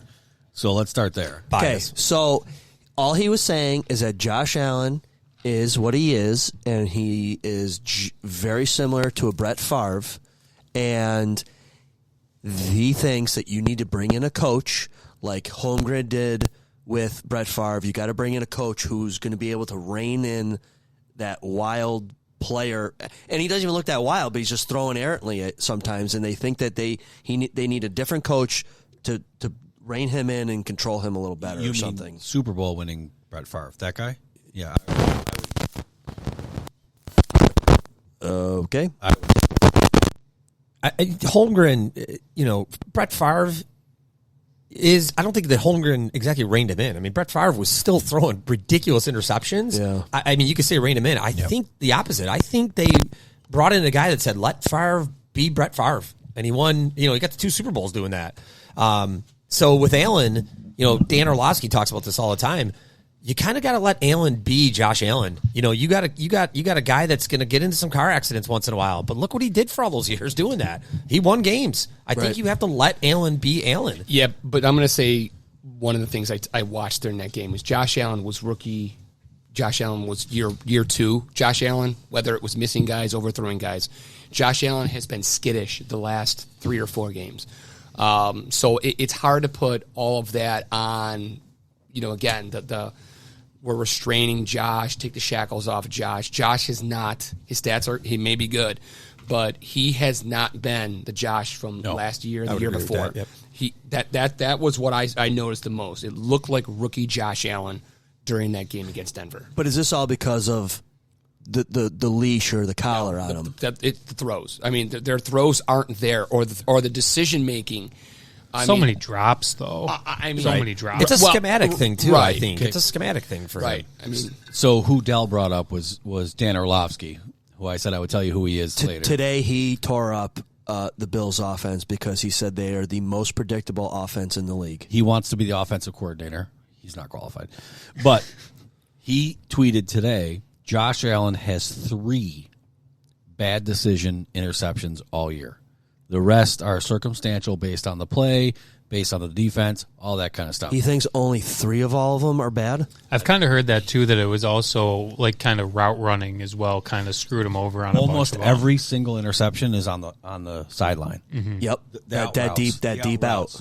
Every time. Just makes you wonder why he keeps going to it then. Why is the other side of it is why is Dorsey calling that play? Like, over if he can't throw it. Right. And to back up what Chris said, so McDermott comes in, the drought, we all know all about that. 2020 AFC title, 2021 and 22 we lose divisional. In 23 we may not even make the playoffs.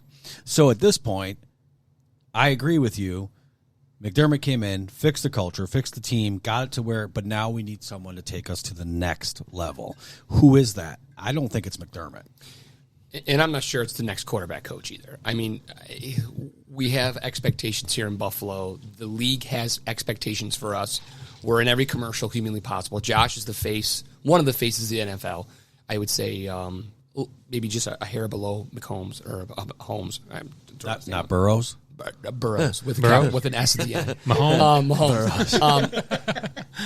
Let's get a guy who's got a history of being an offensive coordinator. I don't know if I want any more quarterback coaches being my new offensive coordinator. I don't think there's anybody really in the league that you can recycle another time to be really permanent here, right? It's all the same guys, just recycle, like except for Eric Bieniemy, right? Like he would be a guy if he get Harbaugh, like we were saying, go get Harbaugh from Michigan.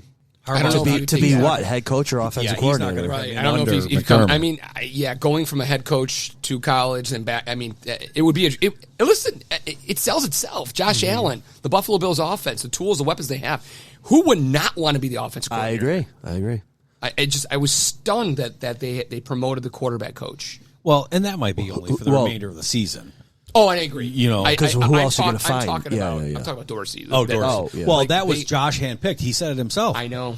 And I think this firing has a lot to do with, okay, Josh, we've talked about who controls the Buffalo Bills. Enough's enough. I think Josh understands, I want to win more than I want to have control. And I don't think Dorsey gets fired if Josh doesn't say so. But maybe they said, you know what, we've got to be what we are. I need to be the general manager of this team. I can't have the star quarterback leading this team anymore. So forgive me because I don't know his name. The New York Giants offensive coordinator, I can't remember his name, screaming at... Judge? No, Judge is the GM. You're talking about Bill O'Brien for the Patriots? Yeah. Oh, it's the Patriots and Mac Jones. Right, yeah. I'm sorry, yeah. So he's screaming at Mac Jones. We've never had that. No one who will put Josh in his place. No one who will grab him by the face mask and say, "Stop doing this crap." Dable kind of did.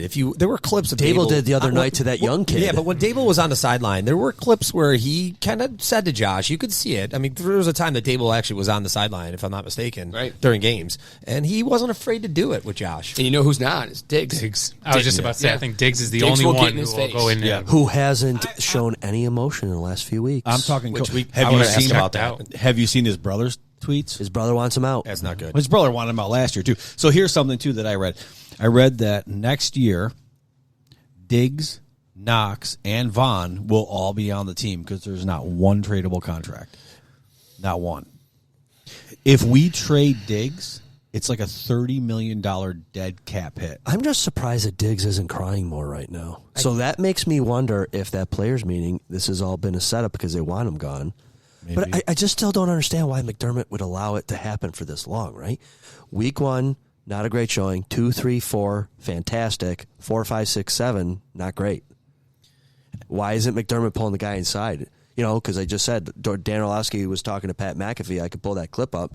He says this is the most predictable scheme in the entire league. He goes, he's not wrong. Hey, Bills are 2-2 in this. He goes, they're going to do this or that. That's all they can do. He goes, they have like 2 running plays.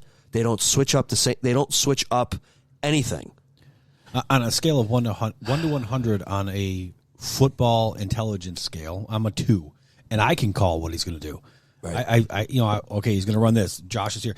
Let me read you something else real quick too that I did in my snapshots. So Josh under center last week, 4 for 4, 61 yards, 1 TD. Yeah, Dan Orlovsky said they should do that more than that shotgun. Shotgun, 11 for 21. Because they can play action. They can play action better off the under center. 11 for 21 in shotgun, 116 yards, 2 INTs. And this is kind of, I alluded to this last week. I had heard this stat, I think it was on WGR, that he likes being in the shotgun more than he likes being under center. Because his line stinks most of the time? Maybe, but he's also options. More efficient under center. They said it doesn't make any sense. He's more efficient under center. He doesn't like it. They have better results under center, but they go to the shotgun because he likes it more. They talked about being able to roll out of the pocket. Sure. And it gives him a better opportunity to see the field move around, go to right to left. Once you break the pocket, statistics say it's a lot harder for defenses to, if you can just get past that 3 to 5 second where the defense is coming in. Once you get outside the pocket, it's a whole different game. And I think defenses in the last year and a half have absolutely wised up to that. And I think it was Belichick, actually, believe it or not, last year in that actually might have been the win game, so that would have been 2 years ago, where Belichick made it a point. I think other defensive coordinators are copying it. They're making sure that Allen, because if you look at his stats over the first couple of years and when he was really peaking in 2020, he was outside the pocket a lot. And, and to what Sean was saying, guys, coverage breaks down and it's a lot easier. And so defenses, if you watch film now, defenses are making sure that they are not letting him roll out of that pocket. He can get out of the pocket, but it's usually between either the tackles or just outside the tackle because they know the percentages were when he got outside the pocket, he killed teams. And they're not letting him do that anymore. Yeah. And that's a big part of it, too. Yeah. Yeah, I know that we say that the offense is not producing, especially me, but I just wonder if that's just all these other teams are just wise to what the Bills are doing, and they're just making us look terrible now. Even the bad teams can easily plan around this, which goes to your point of saying their playbook is maybe just so thin and easy. That's it. Like, what's up with it? Like, is Josh an idiot? Can he not, like, I don't think run a complicated book, or is our offensive coordinator not able to put together something complicated? So we talked about this, I think, last week. 1st and goal, 1 yard line, 4 plays out of shotgun. That's not Josh calling those plays. Right. You know, it doesn't take much in this league to do the tush push, the brotherly shove, the Pennsylvania push. Now they're calling it because Pittsburgh was doing it. You know, all that kind of stuff. At least once, you know, and that's not Josh calling that. Now, mind you, some of the other decisions we've talked about, you know, he makes bad decisions on the throw, but they're not coming from Josh, is my point, you know. So I'm hoping that Brady's coming in now and will shake all that stuff up, the predictability of the offense. I'm hoping that he is going to be the one to shake it up. That one I think we could absolutely pin on Dorsey. Right, I mean, it was, to the eye test, you could see it happening on television. You're like, they come out of that huddle at first down and 1st and goal from the 1, and it's shotgun, and you're thinking to yourself as an average football watcher, what the hell are they doing, right? And so, under Dable, they had plays designed where they knew it was 3rd and 1 or 4th and 1. They got Allen. Brady lived off of this. They got up to the line of scrimmage and ran a play, and that was the fact that Dable had them ready for that.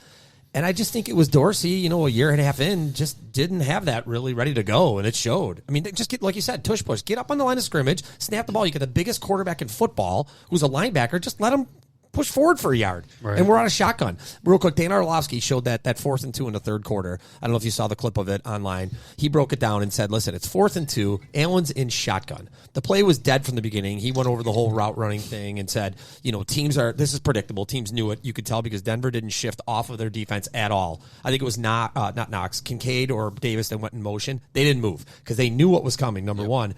And number two, Allen's in shotgun.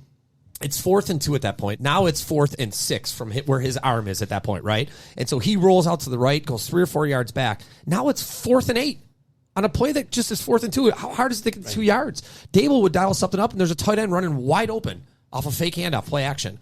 And it just, those type of things just weren't there, and that matters. Those small plays. Did anyone watch the Manning cast? I watched it for the first time the other night. It's definitely an interesting view. More of the it's more of you watching the Mannings than you're right. A little strong. A little chill there. No. Oh, okay. Ice cream machine. Little bourbon back up there. Bourbon back up there. Yeah. Yeah.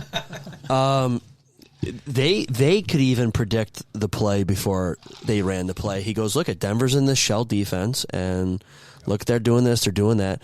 The Mannings did throw props though to McDermott's defense, where they said that McDermott runs a Rolodex where every play he is running a different defense, and you can't pick up on what it is. You know what I mean? Which I didn't realize. Yep. So I guess I got to apologize, Sean. I mean, you still suck. The blitz, I know the package, the last 2 plays before the pass interference were masterful calls. Yep. Wilson was just storming the ramparts. They were storming the ramparts. That dude made some throws. Mexican War for you. Chaos, yeah. Storming the ramparts, and it was a Hail Mary. I got to get rid of the ball in less than 3 seconds in the air, which might have been the plan the entire time. But those were 2 excellent calls at the end of the game to not only push them out of field goal range, but to put pressure on them. And like I said, the defense played its heart out. I was so proud of the defense. I was so proud they were able to just wipe away the noise that the offense was unable to produce and still show up down after down with awful positioning and still make it stand every single time. I pushed back on the 3rd down and 10 at the end. I did not think that was a good call to blitz on. I mean, he set the house both those 2nd and 3rd downs. That 3rd and 10, they're out of field goal range at that point. I think they were at the 40, 44, 45. Are you talking about the play where they got the pass interference call? Yes. Okay. Yeah, I think that was a bad call because they're out of field goal range at that point. It's 3rd and 10. There's no reason to blitz, in my opinion. They didn't have a timeout, I don't believe, right? The Broncos did not. And so you get them, you play the sticks, you get them to run a play to the middle. You don't give them the edge. And, maybe they get to field goal range, maybe they don't.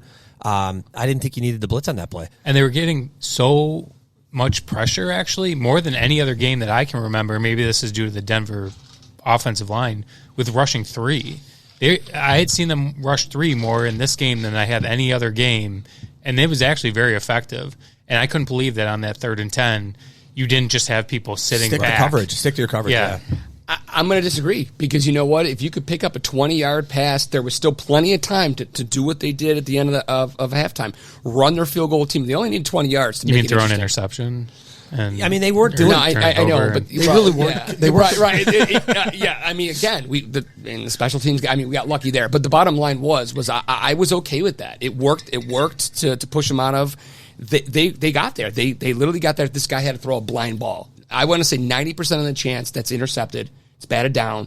The 10%, it just went against us. That he wasn't reading the receiver's face, looking up. All you do is read the receiver's face. He's coming to him. Get around there. Turn your head. Something. 90% of the time, I think the Bills are able to stop that based on the time that Russell Wilson had to throw that ball.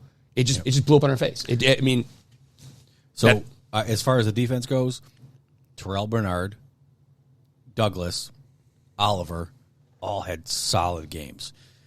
My question is, why is A.J. Epineza not out there more? I don't see him or Rousseau that much anymore. And they both actually got their names called in this game. Right. They actually made some plays. You might have been asleep for that part, but I'm like, Kyle's boys came to play. Hey, back-to-back sacks. Von Miller got a tackle. He did. No sacks He talked yet. about it, too, in his awesome. presser today. He's what'd like, he say? I got a tackle, and I was like, fucking guy. Yeah, start getting sacks, buddy. Yeah. I own one Bills jersey, and it's a Miller jersey. Yep. I wore mine this week. I said, maybe I'm going to bring some good luck to him. And I'm a fan. He got a tackle. This has been painful. I made the statement last week that trade has played out worst case scenario, and my brother, I think it was pushing back. He's like, that's a terrible take. I said, it's not the idea of the trade. They had to do it, right? That was their splash. But the results, worst case scenario. Wait, what trade are you talking about? Von Miller. Yeah. Von Miller was a free agent. Yeah. Oh, sorry. Yeah. Signed to him. My bad. Say it. The splash. I didn't mean to say that. Sorry. You know what? The splash. He kind of came off as the missing piece. He's For sure.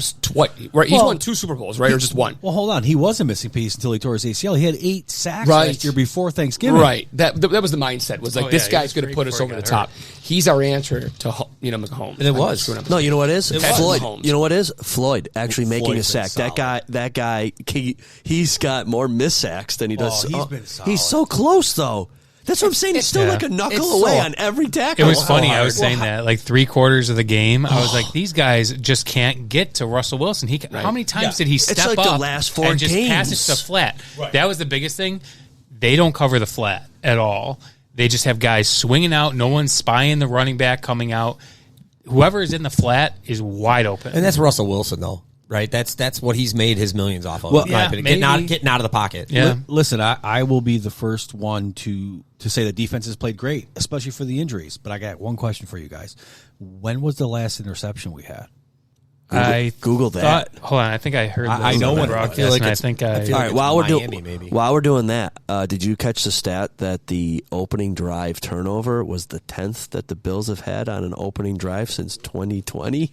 That's pretty bad. 10. That's pretty Game bad. 1, the Jets, the first play. Josh threw a pick. 10 times it's happened on the first play in 3 years. But I will sit here and defend Cook. He had that fumble. It was a horrible spot. Why did they bench him like a wicked? That was his first fumble in 236 carries. 27 I think it was plays. before 27 plays he sat. Since his Wow, that's first play, wasn't it? He fumbled his first play in the preseason? No. He had one in regular Or season. regular season, and hadn't had one since. Okay, then. so And you let fucking me bench ask you him. this though: Bench Why- Gabe Davis. How about that? Well, that's where I was going. Okay, the guy gets the ball stripped, and then Davis has that go through his hands. But guess what? Luckily Kincaid's didn't get picked off because Kincaid dropped one like this too, just like That was Davis. a third down. Are Right? you advocating to sit Gabe? It's probably a good time to talk about Gabe Davis. We All right, let's talked get our- about it last week. let's get our we said feelings it. out Gabe here. is not a number 2 anymore. He's not a number 2. I don't know if he ever was. But Kyle loves him. We at least thought he was. We hoped he would be. the thought The of him. potential we thought was there. The Kansas City playoff game where he stole Okay, the so show. he freaking has that interception deflection, right? And Yep. then you see him the rest of the game making all kinds of crazy catches. Right. That's Gabe Davis. But that was that's Knox. That was Knox also, right? Knox would make this ridiculous catch when Right. it wasn't really important, and then you throw him a touchdown pass and he drops it. Right. Yeah. You know? If you're going to win a Super Bowl, you have to have championship guys at most positions. He, in my opinion, is not a championship number 2 wide receiver. There's no doubt. I mean, look at the Super Bowl winners over the last bunch of years, minus Brady and whoever he was throwing to. I in mean, those games. honestly, in the NFL, Gabe if, Davis, if isn't the it? ball hits 2 of your hands at the same time, Catch it the should ball. be a catch. That was a rule in high school. But Kincaid dropped one too. Luckily, it wasn't an interception because would we be saying the same thing to him if it got picked off? Gabe's got a track record, though. Davis has a track record. Now, somebody told me that drop is Kincaid's first drop of the whole season. It might be. That's crazy. It might be, but I'm giving him the rookie cushion too. That guy's still going to wear that label. He's a rookie, wide berth. He gets a wide avenue. To No, I'm make just all saying the that's pretty mistakes he impressive. wants to make. That's It's very his impressive. first drop. Now, C.J. Stroud is going to get it for sure, but you have to put him in the conversation for Rookie of the Year. You have to. He did get another touchdown for you. Yeah, I know. Every week. They eased him in, so that might hurt him a little bit because for the first maybe 5-6 weeks, he was kind of when Knox was playing. You know, they kind of split the load a little bit, and I would want to say over the last four games, he has been a go-to. I will come out and say this. Sorry, Knox, I don't really miss you. No, same. I don't. He's just a guy. There's a million of them. Just a guy. Just a number. Yep. Just a Get number. another guy to do what he does. Next man up. Yep. He's just a guy with a massive Contract. Terrible contract. Right. Oh, yeah. Gabe, by the way, Gabe Davis is a free agent. So if we do say that Under that's money, UFA? yeah, that comes off the salary cap this year if we choose not to sign him. So Well, that's one. that's I mean, right? If they at least can walk away and say someone else could sign him, maybe he catches fire with another franchise, but his inconsistency is not just something that fans rant about. It's there. There's a lot of potential, but we're done with potential. So I want to talk about something totally off topic. Totally off for just topic. a second. Talk about Soccer? salary. Oh, No, not close. okay. College football. Okay. Jimbo Fisher, Oh yeah, I knew you were gonna say it. Ooh. he got fired from Texas A&M. Got a bag, Okay, man. are you Got ready? a bag. I want. Will anybody here at this table not take this deal? He's going to make $26,301 a day for the next 8 years to not coach Texas A&M. Who was his agent? Bobby Bonilla? 76 70, yeah. million Yeah, those guys are having cigars dollar somewhere. payout. Holy not shit. coach. What did I do wrong? Usually it's like we say like winning the lottery. That's winning the lottery. Yeah. $76 million to not do a job. Well, and they said also it was interesting. So they just beat, what was it, Mississippi State that they beat? And the Mississippi State coach got fired also after that game. And I think they said it was the first time that both coaches in the same game got fired after Consecutive weeks. after the game. Wow. Including the winning coach. Wow. That's amazing. How long before Dion gets fired? I don't He's think not he gonna get will. fired. He's got time. I don't think he will. You want to know why I don't He's think he will? bringing in people. Yes. He's bringing in That's people it. to that school. It's his exposure. Yeah. He came in at guns a-blazing. He's going to win every game. Obviously, he's not. It looks horrible. He brings attention to Colorado that they've never had. Right. Yeah, that's a brand showing up in Boulder. That's a brand. What's up, Doc? It was a Saturday Night Live skit too. Professor Pizza, do you want to hit the mic real? Oh, wait a minute. Hold on. Not that, Mike. There, try it for a little bit. Maybe. Try it. That's a little. It's a little funky. I might have to swap some stuff out. You want to hit us up with some pizza stuff real quick? Oh, of course. Okay, so We heard what you liked. What do you like about it? Oh, you already know. yeah, I already talked about it. Text in the hotline. The pepperoni. The pepperoni on La Pizza Club. That's what I like. Okay. Like the spicy pepperoni? Oh, I like the crispy pepperoni. All right. Everything else going all right there, bud? Wait, what? Everything all right? Oh, yeah, I'm fine. Okay. All right. My eyes hurt a little bit. Okay. All righty. Well, good to see you. Yeah. See you, pro. That was a real good talk we had. See you, pro. Good talk. Good talk. Hit the ice cream for us. Oh, I got Get you. that ready so we can have some ice cream cones. Okay. Where were we before that? Jimbo Fisher, Bobby Bonilla. deals of a lifetime. Oh yeah. Hopefully, some 26 shirts exposure will get us that private jet, bro. Yeah. Don't open those up yet. There's a couple left in there. We'll see what everyone wants. Yeah, I'm a bowl man. yeah. Guys are bowls, Not a cold. so just set that to the side. Ice cream. Just ice put it cream to the bowl. side. Ice cream bowl. Yeah, ice cream bowls. Yeah. Real quick, we were talking about this. Von Miller, Trey White, and Dawson Knox will account for $54 million in salary next year. It's like almost 1/4 of the salary on the team. Yep. And they knew that going in. They knew Vaughn was going to put them in salary cap, not jail, but that it was going to make it difficult to make moves.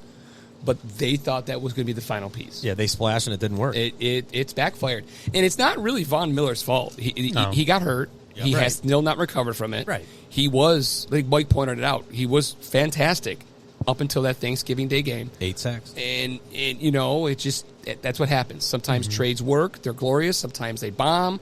I think we're kind of stuck in the middle, but man, it really limits what you can do. Well, think about Trey White. Trey White came back. He took all of last season to really start to kind of show the old Trey. The beginning of this season finally really got into that groove, and then tore his Achilles. Yeah. Hey, Professor Pizza, just sorry to interrupt, brought this up to my attention. The ESPN just reported an hour ago that Josh Allen said, I take that very personally. Josh Allen says Ken Dorsey would have a job if the Bills had played better for him. He did say that. He did say that. I saw that. Interesting. He basically just said, if we did our job, he'd be here still. If we won, he'd be here still. I mean, without sounding, catty, duh. If we would have won, you're not getting fired, right? Right. I mean, well, and he's doing what typical star athletes do. They take the blame. It's not Dorsey's fault. We should have played better. Connor McDavid said the same exact thing about his coach. Listen, it's not me. I'm not killing my Can you coach. stop bringing the NHL into Sorry this? about that. Keep The bringing NHL podcast. NHL, that's So fine. we could talk about Tis that. the season. Who did the Sabres play last night? Sorry. Fine. Bruins lost 5-2. Right. Olofsson, 2 garbage goals. But the bottom line is that what else is Josh going to say? Yeah, I wanted him gone. You can't say that. You can't be the face of the Buffalo Bills. You can't be the face of the NFL and then look as what? The worst thing you could be labeled as is what's called a coach killer. Well, I sincerely don't think he wanted him gone. I really don't. However, because before you said we thought that maybe those two were like a package. He was his pick. He was the offensive coordinator. Josh picked him, wanted him. They don't make a secret about that. Yeah. But I think even Josh That's a left-handed back scratcher. was at the point where he was like, enough's enough. Right. Something's not right here. Yeah. And I think Allen can say that, maybe about that game. They didn't play well. I think overall, if you look at where they've been in the last year and a half, Dorsey's, fingerprints are all over it, in my opinion. Dorsey was the offensive coordinator last year, wasn't he? Yes. So what's changed from last year to this year? So if I can say real quick, Has it? not much. Statistically, okay, not much okay, has. okay. However, I think Brendon was talking about this, about the predictability of the offense. I think it's a limited scheme. And I think also that McDermott literally said after the press conference in which they lost to the Chiefs in the AFC Championship game, it might have been the division round. One of those, it was 2020, so that would have been the championship game. His press conference, he instantly said, "We want to change what we're doing right here." Yeah. Right. So already at that point, where the Bills' offense was peaking at that point under Allen and Dable, McDermott came out and said, I would have liked to run the ball more. And so at that moment, everything changed, in my opinion, because then they went to Dorsey. Dable knew it. There was friction. I don't know if you guys saw after the Giants game when they were shaking hands. And Yep. There's friction. I mean, there's no denying that. Dable had a philosophy. In my opinion, it worked. McDermott has his philosophy. So to get to where Dorsey has been the last year and a half, I think he was handcuffed. I think he was probably told by McDermott, this is the style that I want to play. And, you said at the beginning, Kyle, about the sacrificial lamb. No doubt. I mean, this guy, if he had the keys to the offense without McDermott meddling, I think we're having a whole different conversation. I think McDermott absolutely wanted to kind of tighten the reins a little bit. And unfortunately for Allen, he's stuck with that. That's a defensive coach. I saw a report that said that McDermott had his hands in the offense too much last year. Yeah, I disagree a little bit, and this is one of those, if it's on the internet, it must be true. But I saw a thing where it was, here's Dorsey's play card, and here's the play cards from 3 other teams, and it was a massive difference. Massive difference. So I'm going to put something out there to you. Perfect world. Pick random head coach. I don't care who it is. And you have Dable as your offensive coordinator and McDermott as your defensive coordinator. Do we look different? Are you allowing us to pick any coach we want? Anybody. As long as those two? Anybody. I don't care who it is. But you put those two as the coordinators. And my point in that question is I think they're amazing coordinators. I don't know if either of them are good head coaches. That's like a Jim Schwartz. Awesome D coordinator, crappy huge. head coach. Rex Ryan, awesome defensive coordinator, crappy head coach. I was reading the Boston Globe. And Why? They had done I think it's more to do with the NHL hockey team that's there. But they had done a deep dive on Bill Belichick's. Folks, I'm sorry. They have an NHL hockey team? I'm sorry, They have a folks. beautiful hockey team. They did a deep dive. They did a deep dive on all of Bill Belichick's defensive, offensive coordinators that went on to be head coaches. Do you know how many playoff wins since 2000? I forgot if 13. It's some number. Between 8 and 10 offensive coordinators from the New England Patriots have been head coaches. Do you know how many playoff wins they have collectively once they've left Bill Belichick? 1. 3. I would say Bill O'Brien beat us 3 with the Texans. That's probably 1. 3. Yeah, a total of 3 since 2000. I was going to say, Yeah, I mean, that's Tom Brady. Have one It's with, proof in the Tennessee. pudding, right? It's proof in the pudding that some offensive coordinators, that's their ceiling.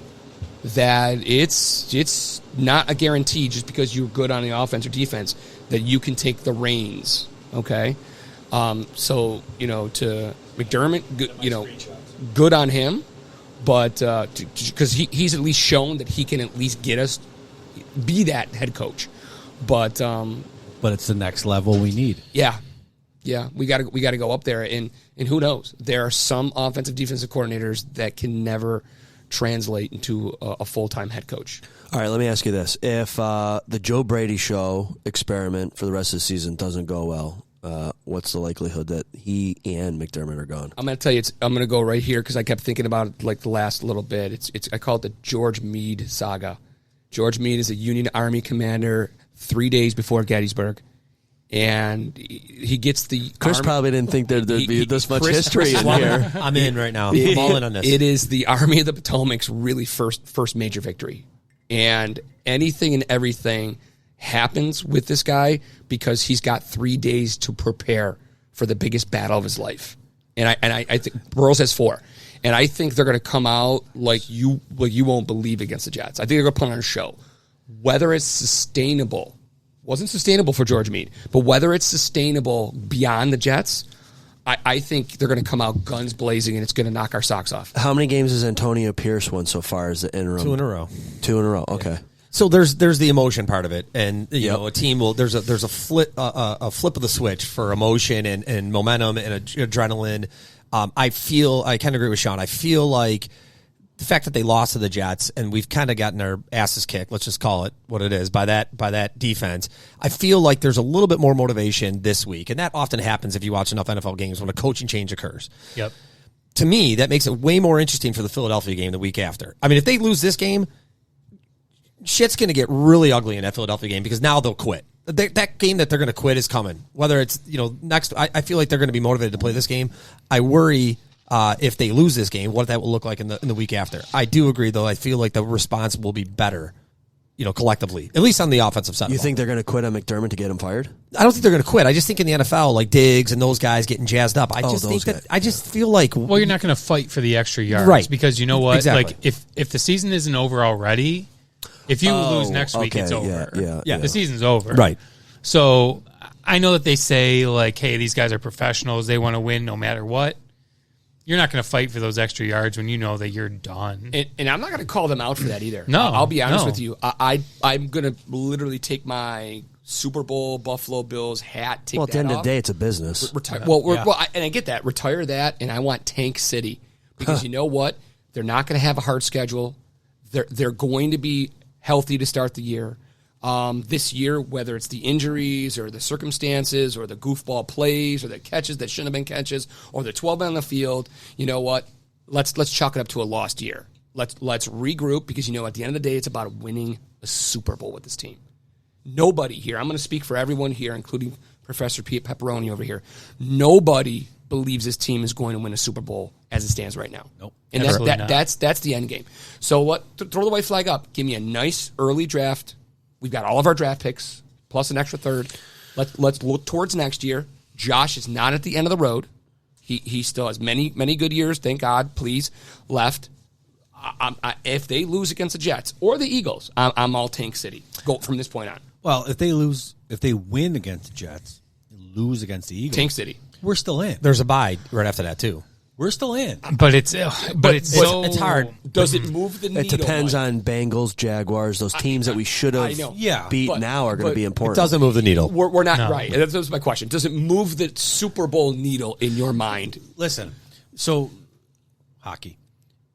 Let's ask the LA Kings. How many years ago? 2014. Won the last game of the season to get into the playoffs. That was 2012. And won the Stanley Cup. Correct. Okay. So He's saying there's a chance. Mike, what are you saying right now? Big picture. There's a chance. My point is, Let's go with Del Reid to the Super Bowl. I'm in. In any sport, there's 2 seasons. Regular and playoffs, right? Yeah. Playoffs. Yeah, Right? playoffs. I just have a hard time seeing us even Playoffs? getting You there. kidding me? Playoffs? That is the problem right now, is that with the current schedule that we have remaining, the way that we're playing, I don't think it matters if Milano comes back tomorrow. The offense is not getting us there right now. And I don't care about bringing up this guy, this quarterback coach. I think there's a good chance they do win because of what you said. Historically, Win it for in the the Gipper. NFL, when there's a big shakeup and firing, the team actually wins the next game. Yeah, And because plays didn't Jeff Saturday win their first game too, and then that was it for him? Right. Right. Well, And that happens even a Jeff lot. Saturday said, "Why me?" He's back on ESPN. Right. Yes. That happens Yeah. a lot. But the Jets may be the only team going forward besides maybe the Patriots that I saw us maybe winning that game. Chargers, But honestly, I don't see us winning 5 games out of these next, what do we got, 7 left? So I forget what we got. the only 100% agree with that. 98.5% agree with that, right? However, if you watch the NFL long enough, right? Strange things happen in these games. And momentum is a huge thing, right? So statistically, and that's why we're all kind of scratching our heads with this. Brendon, you said this about why are they losing, right? The stats are saying, the offensive stats, the analytics are saying they're in the game. I mean, if you look at how the Chiefs played Denver and how the Bills played Denver, if you look at the analytics, the Bills were by far the better team between the Chiefs and the Bills against the Broncos, right? And so eventually the luck, the bounces, that stuff changes. And by no means am I saying they're going to go on a run. What I'm saying is that the Jets game, obviously super important, but if they come out of that game with a win, then you got the Eagles, right? And so the whole NFL is saying Bills are going to get their asses kicked. They're going into Philadelphia. But then all of a sudden they're going into Philadelphia on a road game, right? And it's a bounce here and a bounce there. And then all of a sudden you go into the bye week. So, I'm not saying they're going to go on a run, but the way the NFL sets up, I could totally see us 3 weeks from now saying, wait a minute. They've won 2 in a row somehow. And now Against teams that they should lose. And there's an injury that we didn't think was going to happen to one of these division leaders, right? A catastrophic injury, which is coming for somebody. And all of a sudden that changes stuff. So we'll see if that happens. But we already played that card. We already got the catastrophic New York Jets quarterback injury in Right. the first series. Fourth card. play. We already Fourth got play. Because they were supposed to win the division. Right. I mean, we already got that blessing. in Not for disguise. us. I just think that's going to happen to teams. Like, and it really hasn't happened to a ton of teams. But Chris, and I'll open up to the whole floor here. Obviously, Just happened to the Browns. everyone's preference is obviously win a Super Bowl. But if your options, forget that one for a second there because we all agree on that one. If your option is make a run, win the division, lose the first playoff game, or tank, what are you signing up for? So here's the first playoff game. They might go to play in Jacksonville. They might have the Texans. They could end up playing the Steelers. There's a lot of bad Texans teams in the playoffs. There's a lot of All bad. right. There's a lot of bad teams in the AFC that could make the playoffs. And Sean, I totally agree with this. And I might sign up for a road game in the first round of the playoffs against one of those They're teams. They're going to be home because their only shot really is to win the division, right? Right. We agree that's kind of like the only shot they have. So it's going to be home. The first home game. So even better. If they win the division. You're even better. But No, I know what you're saying. I'm ready for it. I'm ready to move on. I've seen enough of what I need to see. But Miami's schedule is easier than ours, right? A little bit. They still have Baltimore. It's a little bit. ESPN kept flashing the Bills statistically, analytically have the third hardest season from this point. No, on. I'm just trying to think. Like we probably Yeah. have to outpace the Dolphins to Right. even consider this. Yeah, absolutely. But so that's our shot. We got to outpace the Dolphins just to make it into the playoffs. Right. And they have an easier schedule than us. We went through that last week. Correct. And they've proven they can beat those easier teams. The Bills have them week 18. Flex game. Yeah. See if it matters. Well, right. Do you think the Bills could win a game the rest of the season the way they're going? I doubt it. I think statistically, you got to give them at least one. I think they accidentally win a game somewhere. Patriots. Yeah. I would go. That would be my choice. Or Chargers. Both the Jets and the Patriots are in Buffalo. So I mean, you've got divisional games. You got the Chris revenge factor. We lost to both of those teams. So I think they're going to come up fired up for both of those games. I worry about the Jets because they have a best defense in the NFL. Well, they're an excellent defense, and like that team. If you watch those games, I've watched a couple of Jets games. That team's friggin' jazzed up to play. Right, but their quarterback is such a mental misfit. I think there's a belief thing with the Jets that I don't think they believe. If we had the Jets coach right now, we would be awesome. I think that guy gets people fired up. I don't know his name. Robert Saleh. Yeah, he's but I see him on the kickboxing sideline coach that you don't want to trust your wife with. Right. Yeah, he's nuts. I think that the Jets defensively are like us. With the offense, like I don't know that the Jets believe they can win with that offense with Zach Wilson, and so I think the belief is on the Bills. And I think that's kind of what kind of killed us is that we saw those guys go out, those big injuries early on. I think the offense actually probably doubted whether or not there was a belief that we could go anywhere, whether or not this is a tank season. Obviously, it's the offense that's kind of playing the worst of the two units, but I think there's a belief thing with the Jets. I don't know if they know in that locker room they can win much with Zach Wilson. Yeah. I'll go back to what I said last week, though. I agree with you. Our schedule's tough. So is Miami. And Miami has proven they cannot beat a winning team. They have not beat a winning team since they beat us at the beginning of last season. Right. That being said, if we can pull out some miraculous wins, whatever, we might be that team that squeaks out the division title with a record that we don't deserve the division title, but still squeak it out and get in. Then you talk about Milano coming back and maybe Daquan Jones, and you just never know, right? Let's real quick, just to recap for you real quick, because we're going to get a good look at this, I believe.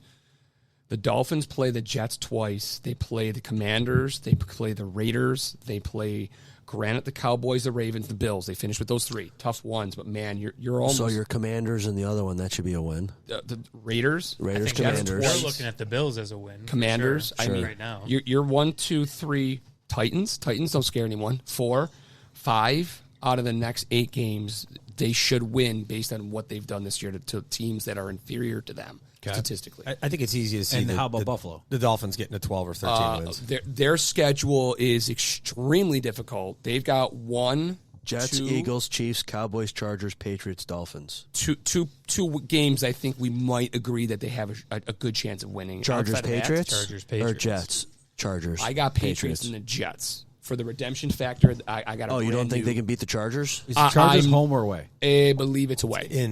I believe it's away. So whoever put the schedule together didn't count. So right now, San Diego. So right now we're gifting Miami 5 wins. Right now we're gifting Buffalo 3, and we're still a game back.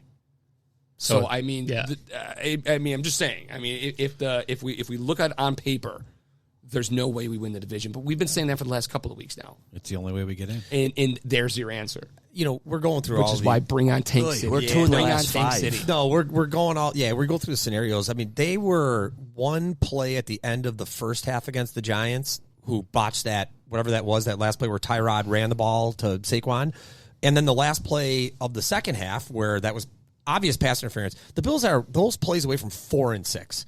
I mean, let's just call it what it is. Well, and that's why I who struggled invited to this say, guy? But no, I know, I understand that, but I'm saying Yeah, the yeah. reality, and this is what Yeah. Sean's going. Yeah. And the Bills fans and us can. You play got out all these bounces scenarios. your way. It's a 4-6 football team. They've played like a 4-6 football team. So I agree. What we're talking about here, I love it. I love the scenarios. In reality, I agree. I think this is just that down year. I'll raise you one. What about the Bucks, Buccaneers? the Hail Mary. What is Godwin it? turns around. What That's is no it? way. Now you're Oh, talking 3 feet 3 from and him. now you're talking 3-7. And now we're talking legitimately talking Tank City. If we were sitting here having this Marvin conversation, Harrison Jr. honestly, And if we're having I'm this, signing up for that. Yeah, if we were he's having good. this conversation right now about the Bills and our record was 3-7 versus 5-5, would it be that different? I mean, all these mistakes, turnovers, that's a 3-7, 4-6 football team. Yeah. I think if we're 3-7 right now, maybe other people are fired. Yeah, I You don't might think- not I have don't- McDermott. Yeah, I would agree with that. Who's your interim head coach if you were going to can him midseason? Are they going to can him? I don't Just know. sign him to an extension. I don't. Pagula. I don't think might that come means down anything. and And just I'm gonna, coach the I'm team. gonna, I don't think that right. means anything. And my wife said that. Love you, Stephanie. My wife said that, and I brought up the guy from Texas A&M. They gave him $76 million to go away. McDermott signing whatever. The NFL prints money. That's not a big deal, but it raises the question: you want to fire the coach? Show me the replacement. And I don't know if I got one. Harbaugh. We brought it up, but The question is, does it even matter if you're just tanking? Like, you just throw somebody out there and just say, fuck it. I don't know. No, because you want to at least set yourself up for next year, right? You want to give this guy a little bit of a taste, better prepare, and then all of a sudden, you just don't want to throw in some schmuck in just all of a sudden, right? I know what you're saying. Yeah. For the pick, let's go with the garbage goal. But do a thorough search. I mean, Right? I guess that's more what I'm saying. And I don't think the NFL allows that to happen. It's just too complicated with the 18 games to turn over a coach like that when you have just so few games. You got to get the guy going. The whole team needs to learn a new system on the fly. It's really hard to do unless you're ready to go scrap the year and we'll bring this guy again next year. Hey, Sean, I'm so sick of next year. And that's Yeah, right. But I told you after the Bengals game, that was my Zen moment. It took the Bengals game to get me from we're not great, we're good, we're not going to win, get me to the point where I'm back to we're a great football team, which won't be until next year.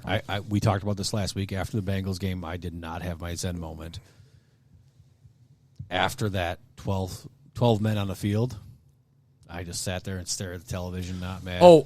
I dreamt. I actually, this is a true story. I was so frustrated, so heartbroken from what we've talked about, where we were, I yelled 11:15 at night. Oh my God, he missed it. Woke my wife up. Woke her up. She was a mess the next day because she's up 11:30. I actually went to bed. I actually had a frustrated dream. In the dream, which makes no sense, most dreams don't. In the dream, we're at a picnic. My daughter, my beautiful daughter, is carrying all the food for the picnic, and she drops it on the ground, and I lose my mind. The Bills game gave me a frustrated dream that I was frustrated in subconsciously, right? How old's your daughter? She's 12, So she can count to 11. right? I know. Apparently no one else can. I know. It was That's nice. That's funny. I want one more thing. I want one more thing. I also had another Zen moment. What? I had a Zen moment after the Bills lost that in a heartbreaking way. 13 seconds junior. Wait, if he goes to the Bruins, I'm out. No Bruins. I think I've maybe texted you guys. When are we going to get our miracle? And I had an out of body experience. I don't do drugs and I don't drink a lot of alcohol, but I had out of body experience. And this was a kind of a revelation. New Year's Eve and Halloween. I said, when are we going to get our miracle? Whether it's 12 men on the field, the Memphis City miracle, the 13 seconds, right? Yeah. And it was an out of body experience. And I was awake for this. I was out of big experience. It was the other half of me saying, you had your miracle. You had your miracle. It's when during the Bengals game when they brought our DeMar Hamlin? back to life. And right there, We wasted our miracle on DeMar Hamlin. What the hell? And I was furious with myself. And I'm like, that was our miracle. Wow. I'm like, it's so much more valuable. It's so much more valuable than an actual game because it is a game. But I'm like, oh my God, that was our miracle. Listen, I've never met him. I've never even had a conversation with the guy. I'm pretty sure DeMar Hamlin would say, "Screw that, we won a Super Bowl." Yeah, I know, but that was even the ESPN guys are over DeMar. The love that he's getting already. I know.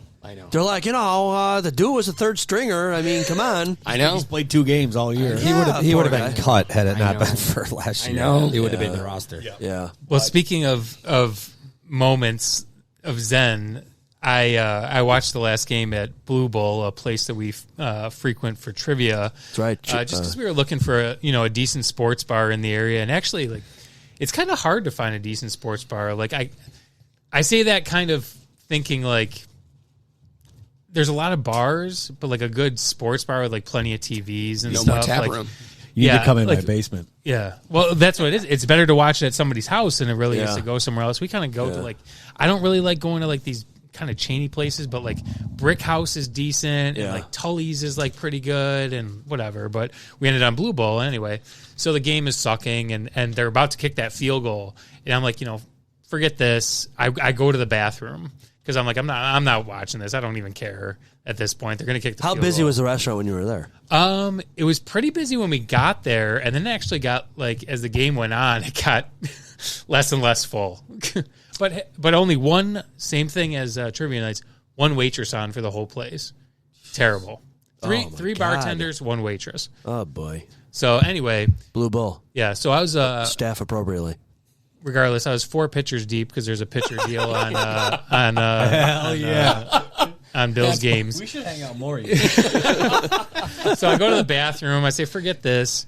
I hear the roar of everybody outside, and I'm like, He peed on his shoe. I come out, and I'm like, did they just miss it? And they're like, Pants down. And they're reviewing the flag, and I'm like, of course it is. Yeah. Of course it is. Back to the bathroom. They kick it. I'm so pissed. I'm just driving home, and I just had my Captain Quint from Jaws moment.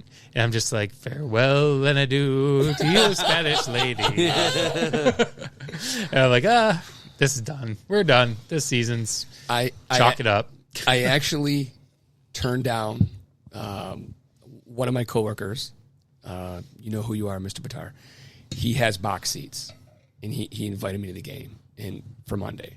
And I politely just kind of thank you, but no thank you. I got to prepare for the podcast, and I'm sure that's what it was. Thank you, I appreciate that. I will go to bed smiling. And he was at the game, and he relayed again the same story. They're at the game, the hysteria that the guy missed the field goal. Yeah, only for give him the golden ticket. 15 seconds later for him to just unbelievably go from here all the way to rock bottom. Yeah, I was saying I have a buddy who's a season ticket holder, and I haven't reached out to him yet, but when we were watching the game, I was like, I can't imagine what it's like to be at these games. I'm not like a big game goer anymore. I prefer to watch it at home or whatever where the beer's affordable and I'm 10 feet from my bed. But yeah, especially these late games. And just the way that they've been playing these games, what is it like to be there? I can't even imagine. Like I am actually excited that they booed him off the field at the end of the half. That's so well deserved the way that this team has been playing. Yeah. And I'm proud of Bills fans for that. I know that we're not known for that sort of thing. We're kind of known for like, no matter what happens, we're there. Yeah. But they deserve to be booed right now for sure. I know the Mannings commented on that they were like, oh, that's deserved. I'm just looking at my phone real quick. What's going on with Vegas? Bills 7-point favorites against Jets. I think, Sean, 7. This is what Sean and I were talking about. 7. I think, and Brendon, you brought this up too. I feel like Vegas sucks. There's going to be. Granted, the Bills have been favored in these last bunch of games. Oh my God, yes. And they keep this the same result by at least a score. Yeah, but Zach Wilson is going to get to a number, and it's probably not going to be a real high number of points. Right. And so, if the Bills, they just need to clean up one or two things. Right. And you get to 20-21 against the Jets, you got a good chance of winning. So the reality over under 39.5. You take the under. I'd say under. Well, I don't. I don't know. Y'all- It's like y'all we were know saying I'm after going a 30 firing. plus After a every game. firing, they're going to come out. They're going to come out. But the reality of that spread. God, I hope they do. The reality of that spread is 4 points, and the reason for that is the home team always gets the field goal advantage if it's an even matchup. Always, Yep, right? right. So it's a 4 point. So I agree that I think they're going to come out guns a-blazing. I think they're going to win by a touchdown or more. It's the longevity of that Sean talked about. I don't know if it'll sustain. Right. So I think realistically, just looking at this schedule, I think I actually will pick the Bills this week when we do our predictions. I will not pick them against the Eagles. There's no way in hell. They get the bye weeks. Did you see what Dallas did to the Giants that we had to barely squeak through? Exactly. And we got to play them Right. Yeah. in Dallas? Given a bye No, week it's home. before the That's home. Chiefs, maybe it's competitive. Chiefs against aren't the playing Chiefs. super strong right now. Their Right. offense seems to be staggering a They little can bit. coast. I mean, Right. unless Their they want that. defense is actually strong, which they haven't had in the past couple of years. Are you saying they can coast because they have such a lead that they I can talked kind of? myself out of it. They want that first round bye. That first Oh, round I bye is will. so Oh, God. valuable. Oh, So God, they're not yeah. going to coast at all. Yeah. So are we moving on to picks? Did you want Chris? Did you want to talk about or touch on Cook getting benched for almost an entire quarter? I know we mentioned it, and I thought we were going to circle back, and it's been a while. Yeah, so I don't know if you noticed in the game when he was benched, the only way he got back in is if you noticed on TV, they showed a shot of McDermott kind of walking up and down the sideline doing head coaching things. And I think Cook went to him. He went up to him and basically said, like, "Hey, man, like I'm ready." Put me And he in, kind of coach. high-fived him, and I think that was just kind of a thing where McDermott probably snapped back into it and said, "Oh yeah, we got to get him back in there." And so, he technically he had basically 3 fumbles in that game. He fumbled that ball in the first play. Yep. He fumbled the one that bounced right back to him. Yep. And then he fumbled the one in whether it was Josh with the handoff or whatever it was. Yep, that was- Those are 3 turnovers. I kind of blame Josh on that Yeah, one. it is what it is, right? I'm not going to. He was involved, Right. so, Because I believe the quarterbacks are responsible for making sure the handoff gets off. Sure. Yeah, and so Cook, he started to show up though when he came back in that first play had after a rocket he was up his benched. ass. Yeah, I mean, and so this goes to one point I wanted to make. And this again goes back to Dorsey. Here we are, Dorsey. I wondered about him if he was willing to game plan against a team's weakness. Was he smart enough or wise enough to say, okay, let's look at the tape on the Broncos. They were the 31st ranked team against the run. Now throw the Miami game out. The Miami game when they lost, whatever it was, like 70 to 10 or whatever it was, right, 50, 70, whatever yeah. it was. Okay, throw that out. They were still like 27th or 28th against the run, right? So that's a game where you have to look at the film and say, I'm going to run the ball for 300 yards until they stop me. Exactly. And if you watch the Bills do it in that game, when they ran the ball, they had success. That last drive, the scoring drive in the fourth quarter, 75-yard drive, they ran for every single yard of that drive. So that's where I think Leslie Frazier kind of doomed himself was Frazier said, I'm not going to game plan. Belichick game planned against your strength. I'm going to take it away from you. Frazier's downfall was, I'm just going to play our base defense and see how it goes. Yep. Most games, we were good enough to beat crappy quarterbacks that we played against. Yep. It came back to bite him against good teams who exposed it, right? And I don't know that Dorsey was wise enough to say, I'm going to game plan specifically against this team and what they do, or what their weakness is. The Bengals play the Broncos on Monday night this past week. Burrow's handing the ball off to Mixon 50 times. We're going to beat you running the ball until you stop us. And then we'll set up all the other passes. We'll get you out of your base defense. We're gonna beat you throwing the ball after you have to, give into the run. And Dorsey didn't do it. And so Cook, Murray, I thought could have had great games if they would have stuck to the run. And Isn't that frustrating when they were running it down their throats and then they're like, all right, we'll stop running I have it. that. Right. I have that. Bizarre. This was a unique game that you saw the Buffalo Bills give up the run extremely quickly, and you saw the Broncos stick with it, and they weren't getting anywhere with it. Right. It was an unbelievable display of futility from both franchises, and this is going to be a blast in the past. I got to bring this up because I wrote it down. An old Can't waste that ink or paper. Can't do it. Steve Martin movie, Sergeant Bilko. There's a great scene in that movie where he pays off one boxer to take a fall. Phil To win Hartman? the money. Phil Hartman's in that movie. Yep, but it's the other boxer receives the money thinking he's the one taking the dive. The bell rings. Both boxers fall back on their back, and it's over. And he's like, "We screwed that one up." That's what that game had a feel of. That these two teams were doing everything possible to not win a football game. And Denver stuck to it. That's how the game presented itself for the Bills. Just they stuck to it. They might not have done much, but guess what? They came out with a win. They got themselves to the fourth quarter in the last drive when it mattered. Whatever. The Bills now are living in that type of game. The way that they're playing offense and the way that sucks. Yeah, it does suck. But the game presented itself where just run the ball. Who was it? The Texans running back. The Bills used Singletary. Yep. 150 yards on 30 carries the day before against the Bengals. Because you want to know why? The Texans realized that's a weakness. You can run the ball on this team, and they did, and they pounded it. It's Devin Singletary. 30 carries. And the Bengals had no answer for it, and then it set up C.J. Stroud to have an even better day throwing the ball. Game over. What's the pattern? It always boils back down to coaching. That's a coaching. It's not offense. It might be defense, but our head coach is the defense coordinator. That's a coaching weakness. So you're saying that McDermott still cannot adjust or see what's working? It was more about Dorsey on Monday night to just realize I don't need to overthink this. Hand the ball off until they stop us. They couldn't stop us. No. I just don't get it. Like, the run was so effective.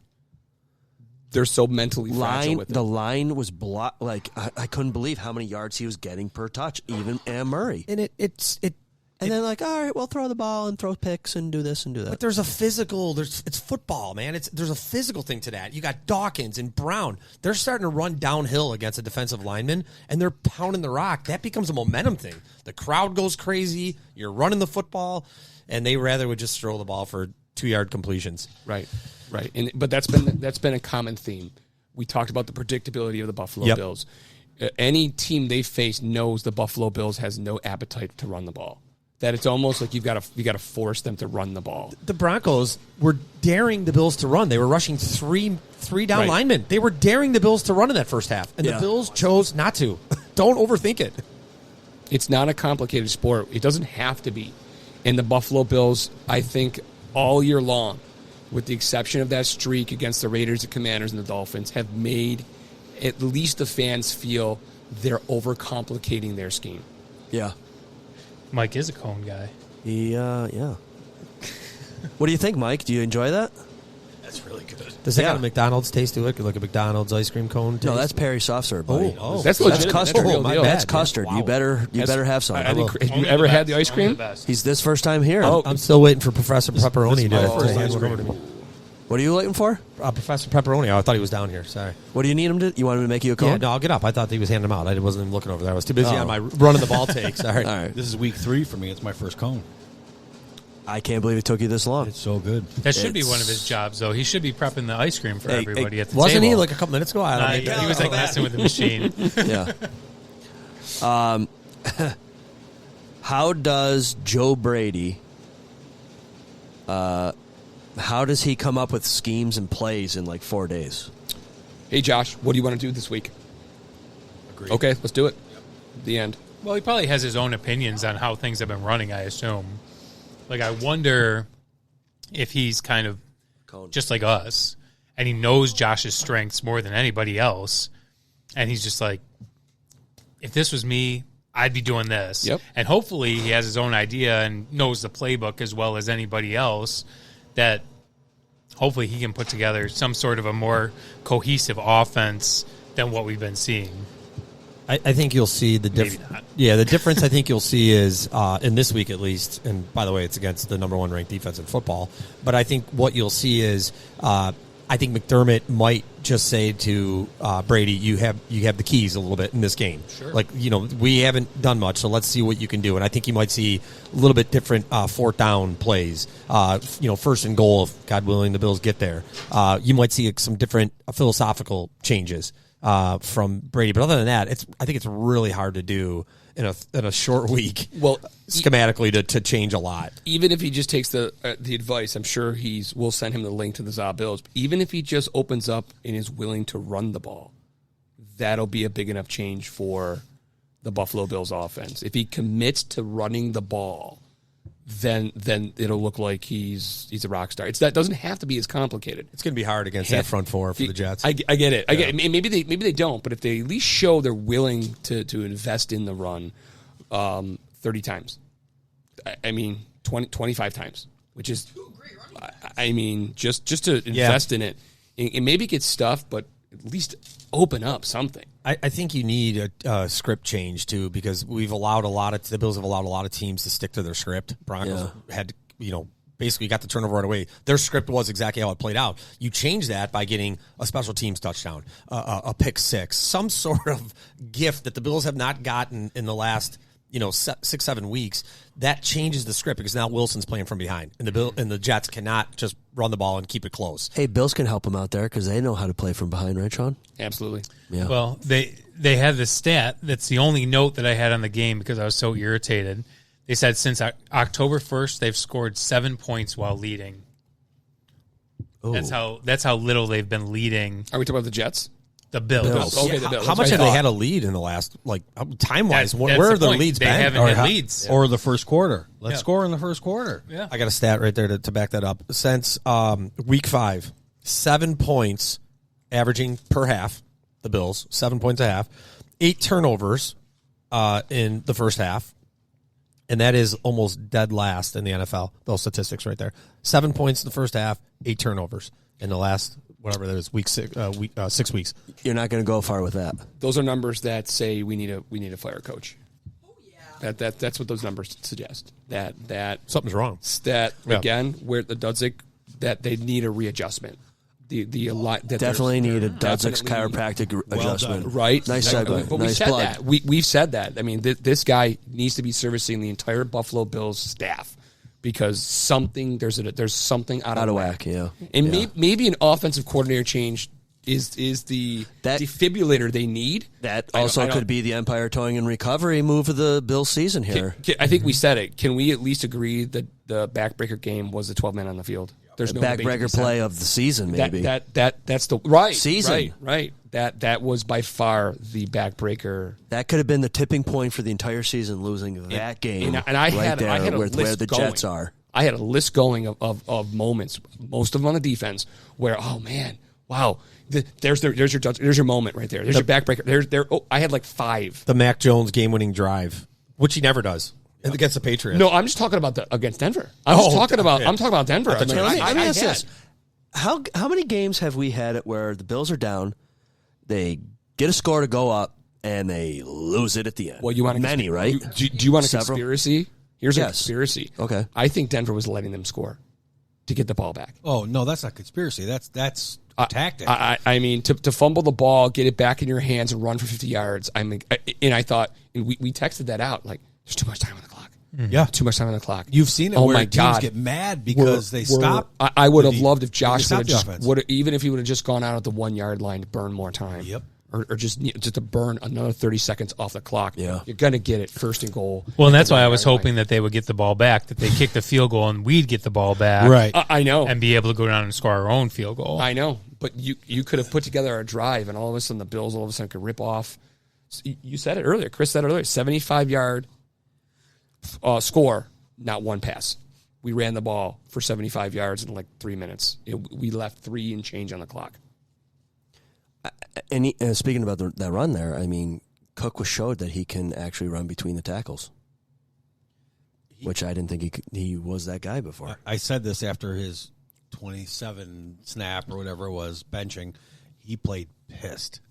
He came out. Oh yeah, he did. Well, besides the fumbles, he had a great game, over 100 yards rushing. Yeah. So that was our. He had a good average. Just so you know, on a stat that fumbles. I brought up, Besides the fumbles, it was plural. Though. Great game, minus fumble. 3 fumbles. The one fumble was a special teams fumble, so it didn't really count against him. He got the other one he got back. literally back in his hand. If they win that game, it's a highlight reel play. That is because that never ever happens. Right. That's a break though. And the other ones need a couple of those breaks. The other one's on Josh, kind of dropping it before he actually gets in his gut. That's the first game all year that as a team we rushed for 100 yards and we lost. Yep. Oh, I didn't realize that. 192 yards rushing. Because Murray had a good game, too. He had 70 yards rushing. Yeah. If you look at the overall stats and analytics of that football game, there was no reason the Bills should have lost that football game. None. That's what's Well, so yeah. head scratching. If you just looked at the stats, it was like how they lost that game. Yeah, I'll push back with the turnovers though. the turnovers. Right, Yeah. sure. Four. You Four can't turnovers. turn the ball Four. over and Sure. lose that and expect to win in a professional in the NFL. Yep. Yeah. We doing our picks? So on to next week. We're on to the Jets. Yeah. All right. I have a feeling that the Bills' offense is going to struggle. I have a feeling that the offense is going to look similar. I don't. I think they're going to let him play. Unless they let Josh call every single play. I don't know if he'll call every play, but I think they're going to let him play. I think he might have a more hand in the game plan more with this guy. Who said that they think that Dorsey was just taking plays off of Madden? Was that you, Sean? No, it was not me. My thing with Dorsey was they're preserving Josh for the playoffs. That was my take. My hot take was that they're doing what they're doing because they know the real game starts with the playoffs. They don't want Josh to get hurt. That was my. Hit your button. Hit your button. Playoffs. Right. that was my take. Don't talk about it. Playoffs? Love that. You kidding me? Playoffs? Love that. Every time playoffs are said, I'm playing that button. Chimora, yeah. Yeah, great stuff. All right. I'm going to try. Official? Are you entering this? Yeah, we're gonna get official here. Microphone has been moved. Yep. All right, I'm Sean. I'm gonna adjust these standings, but I believe you and I are tied now. Because I'm tanking. I've looked at this and I'm absolutely tanking. I'm definitely 0-2. I started out on fire. I'm gonna go. 2, 3, 4. I'm gonna go Jets 20, Bills 17. Oh, Started 4-1, 5-1. Corey did not give. I'm gonna skip over Dennis. He texted in. Dennis, where are you, buddy? He's going Bills 24, Jets 20. Oof. I am the Buffalo Bills. I am 5-5 in all of this. I started 4-1. Wow. And I'm 5-5 in predicting the You scores. are the Buffalo Bills. I am the Buffalo Bills, hoping for a better year next year. All right, so Buffalo Bills. What are you picking? I'm going Jets.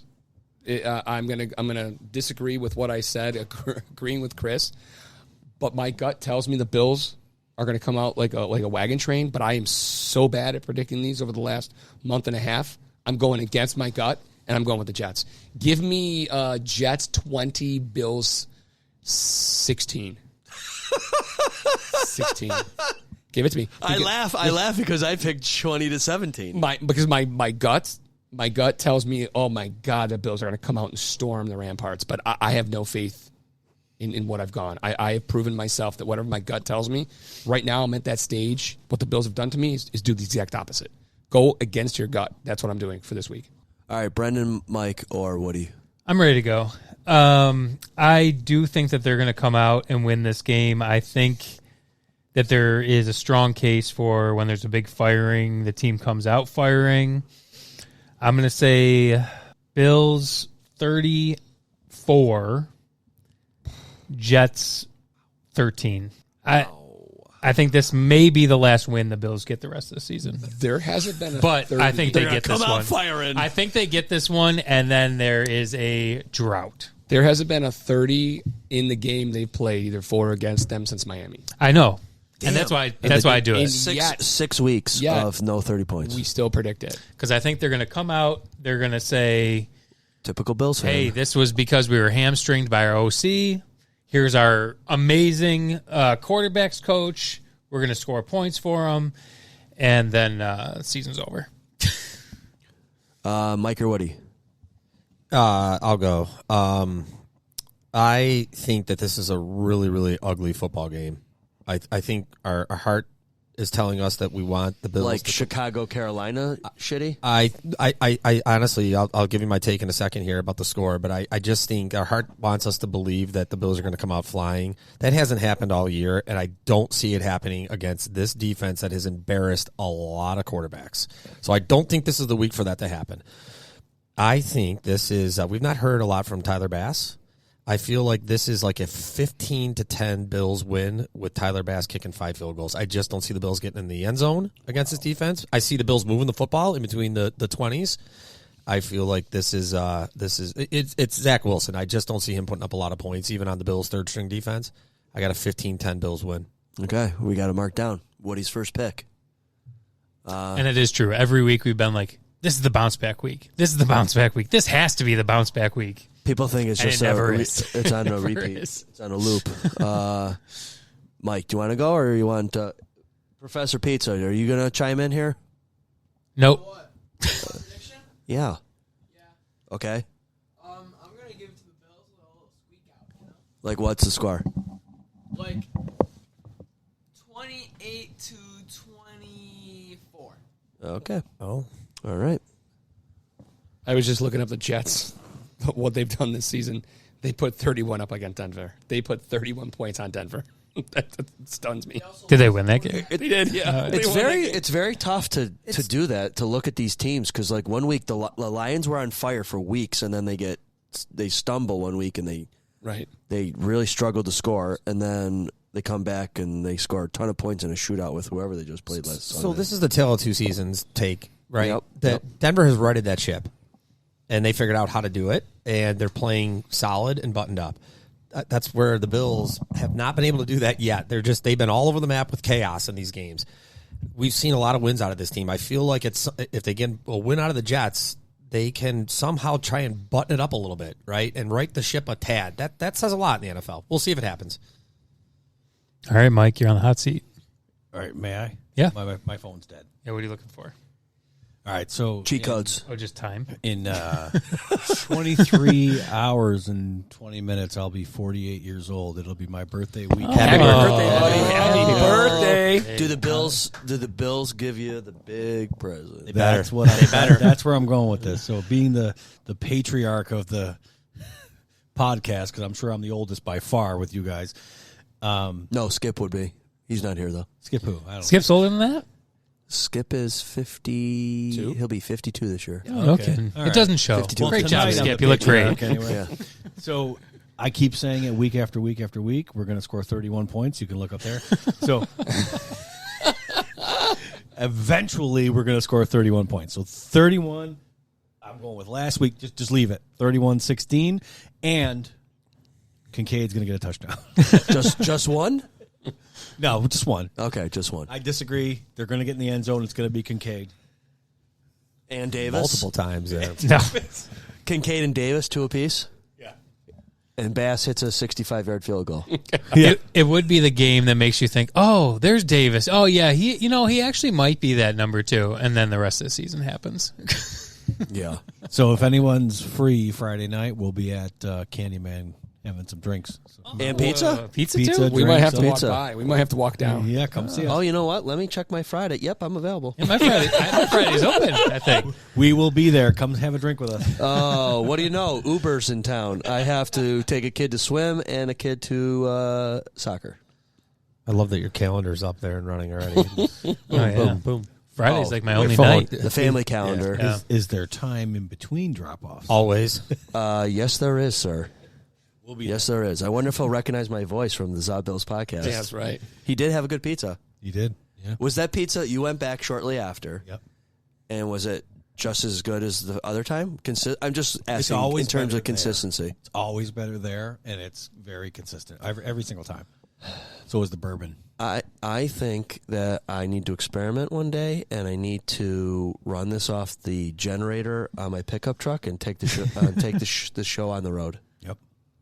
We'll have to try that. Because then we could have pizza fresher, more fresher, more fresh, More fresher. Yeah. more fresher. Close enough. Yeah, Freshiest. We'll allow the it. freshiest. Yeah, Crosby's. That's funny, Crosby. It is a decent pizza. Yeah. Okay, so those are the trains rolling into Buffalo, bringing the New York JETSS Jets. We'll see.